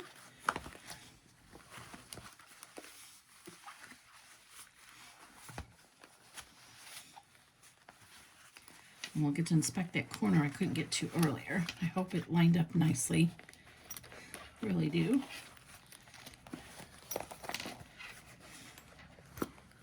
This sheen is really nice and pliable.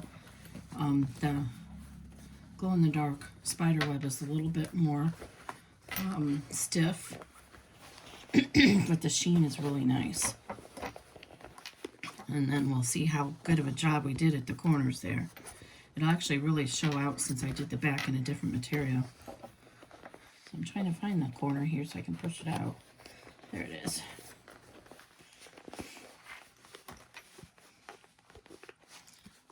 Got a little bit off, but it's not too bad. It's hard with this style pocket. With this slip pocket on the exterior.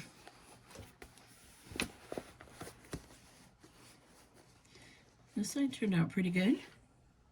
So you just want to make sure that that's all pushed out and use your whatever your favorite tool is to smooth out those seams.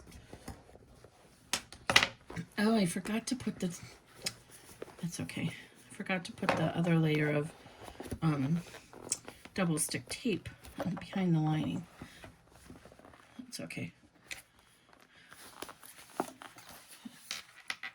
And a lot of times this kind of vinyl needs to be trained, where you kind of lay it out and cover it with something heavy to help smooth out those corners. Wow, this is so pretty.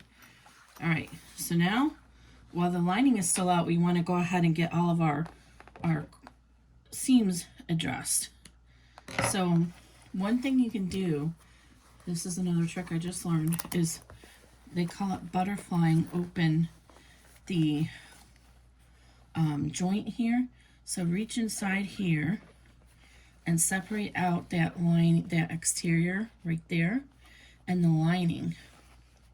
So put your finger on it and kind of separate it and push it, finger press it, and then you keep your finger on it, and or you can use your thumb, whichever one, and you're gonna hold it open with your finger as you push it through, and then the lining, push the lining back on top of it like that, and it gives you a nice flatter edge. And then we're going to do the same thing over here.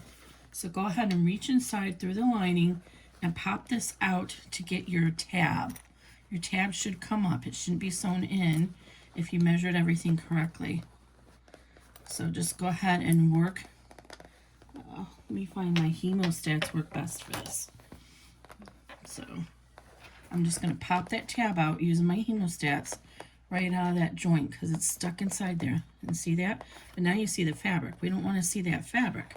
So now that we have the tab out, you can do the same thing. You can reach inside here and get to that joint. And it's a little harder on the tab side, but you can get to it. And then separate out that seam with your fingers. Open it up, butterfly it is what I think Lauren called it.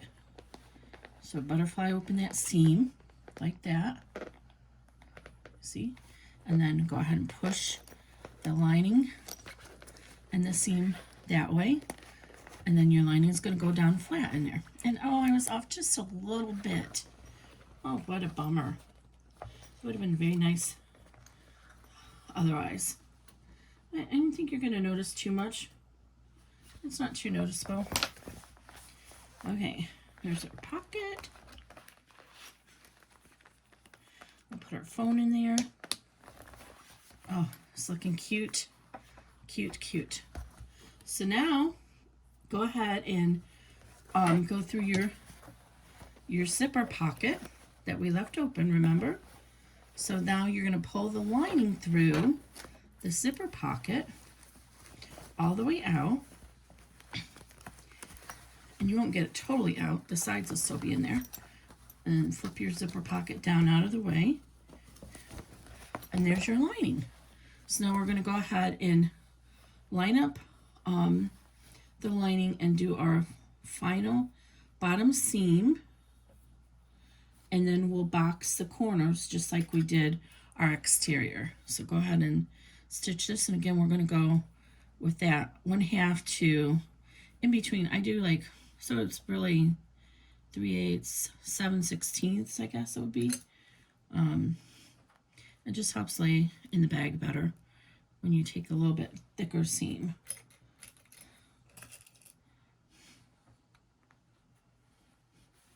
And again, and a lot of times folks will oh, I gotta redo this because the corners are, it's gapping in there. A lot of times people will say to trim down the lining as well to get the extra bulk out of it. Oh, let me turn you over here so you can see better. There we go. I'm just pinning this, but I got a little bubble in there somehow, so I need to redo it. But this fabric that I'm using is really wanting to shred, so I don't want to trim it down. If I had interfaced it all, I could have done that. Or if you're using like waterproof canvas that doesn't fray, you could trim the lining down to that 1/8 inch seam allowance so that it takes up less space in the bag, which also adds to reducing the bagginess of the lining. Okay, so we're going to switch to 2.5. We're going to stitch along here, and then we're going to go ahead and box the corners, just like we did the exterior. So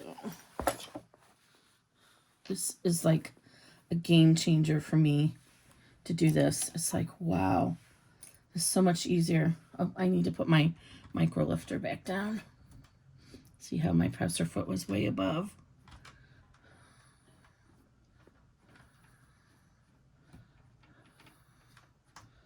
All right. Make sure you back tack.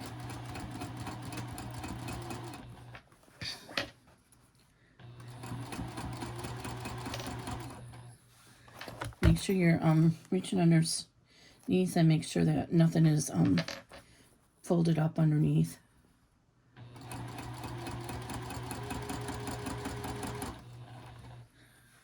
If you're doing the two smaller, the medium and the small bag, you're going to be really close to your credit card slots. So keep that in mind. You don't want to cut into your credit card slots. So make sure you maintain your seam allowance properly.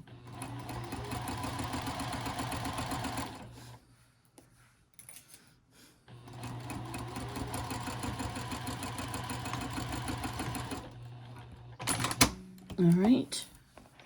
Now just go ahead and pull these apart.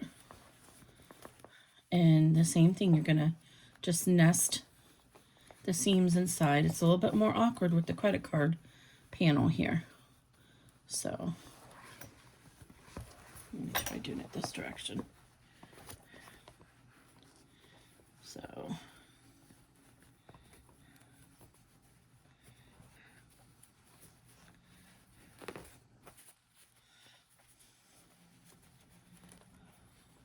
all right, I can feel that they're nestled. And with this, I'm going to put a pin right down the center. And then you can look on the back and make sure that that made it through.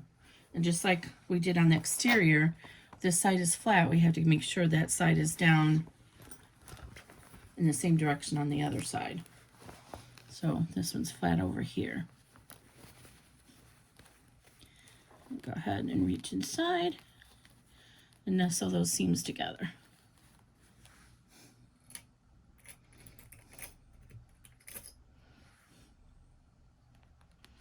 Then put a pin, and then we're going to go ahead and stitch with just under 1/2 inch seam allowance at 2.5. And then with this, the cotton, I'm going to go back and forth over the stitch.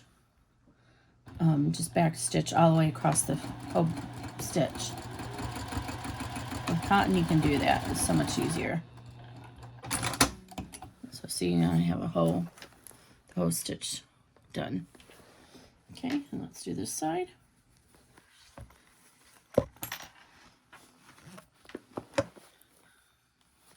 So make sure when you push this back down flat that it's nice and even on both sides.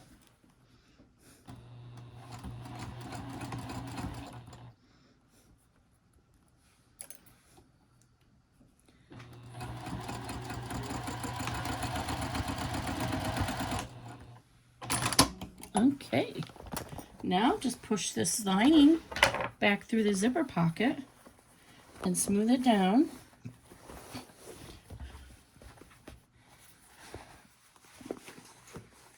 Oh, and I forgot to release the seam tape.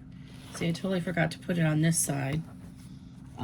But on this side, I'm going to reach up and release the seam tape so I can make sure that lining stays down nice and neat.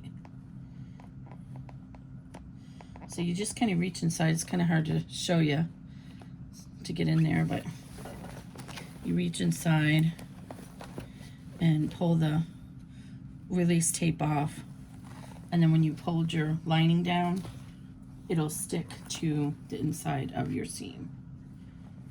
So put this back in. So this is the side I got the lining seam on. and then just tape it down.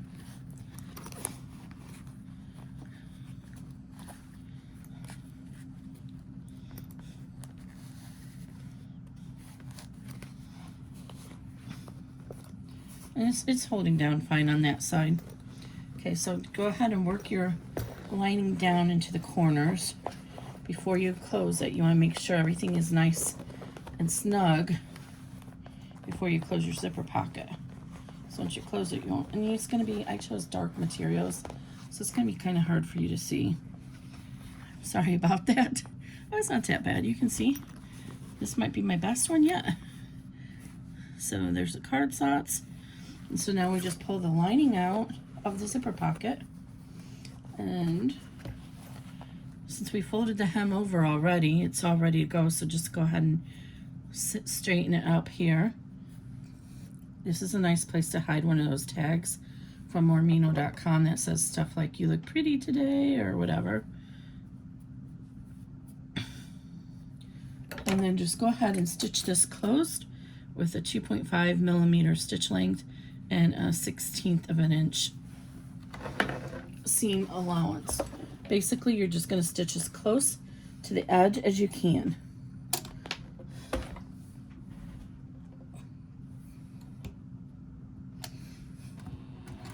Remember the back tag? If you prefer, and you don't mind a little hand stitching, you could blind stitch this closed, and then inside the bag you won't feel. When you do it this way, there's a tiny little, you can feel the seam on the inside of the bag, or the zipper pocket. But if you did a blind stitch, you wouldn't feel that seam at all. It would just melt into it as if you had sewn it the other direction. Now I went off kilter a little bit there, so see, I didn't catch it on the back. So I'm gonna have to redo it from the back side. I was trying to do a 1/16 of an inch. Didn't work. Stick to an 1/8 of an inch, Kimberly. It's easier to make sure you catch it all if you do an 1/8 of an inch. So I tried to do that 1/16 of an inch and I didn't catch the back. What a bummer.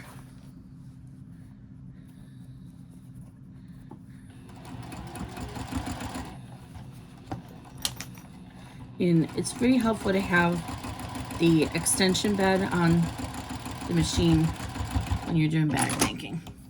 I don't have it, I mentioned earlier, because I'm trying to use a limited space here, so I need to be able to move the machine out of the way to show you. So now all we have to do is slide that zipper pocket into the zipper pocket, the lining, I should say. And there we go. So you can work down this lining if you wanted to a little bit more. Just tuck it in there. And I'm going to zip up the zipper pocket. And there you go. So there's our little credit card slots. And then it shows you, it comes up pretty close to the zipper. It's just, when it's much lower in there, then it's hard to access the slots. So that's why I did it this way. I made it a little bit closer, but you can still get to the zipper pocket and unzip it and use it. It's not a problem.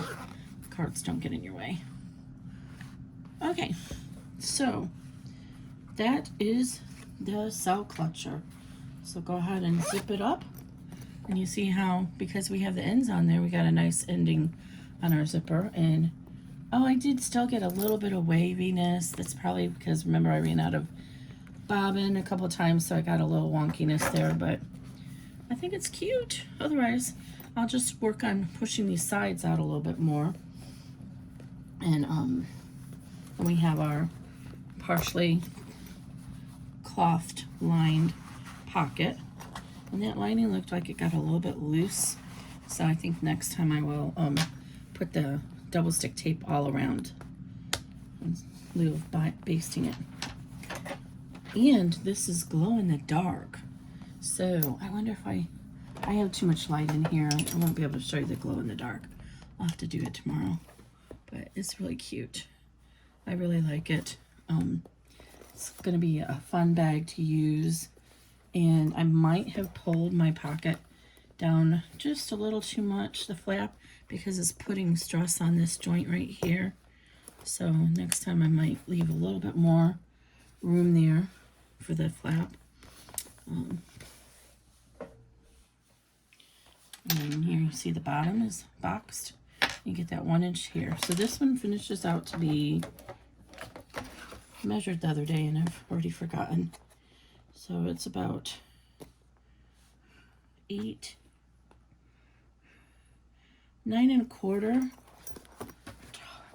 wide by 7 tall, and then 1 inch deep. And then we have our D-ring strap connectors here that are ready to go on a crossbody bag. And there you go. So I hope you like this video. Please consider subscribing to my channel. I'll have all the information for this pattern down below in the description. And Etsy is my shop, Starfish Embroidery on Etsy. And today is September 30th, so it should be available in a couple days. On the weekend, I have some testers finishing up, and we'll make any modifications we need to the written instructions. And that's it. So I hope you guys like this purse, and this is a nice crossbody size, so you can put your cell phone out here and you have plenty of room inside for everything else. Thanks a lot. Bye-bye.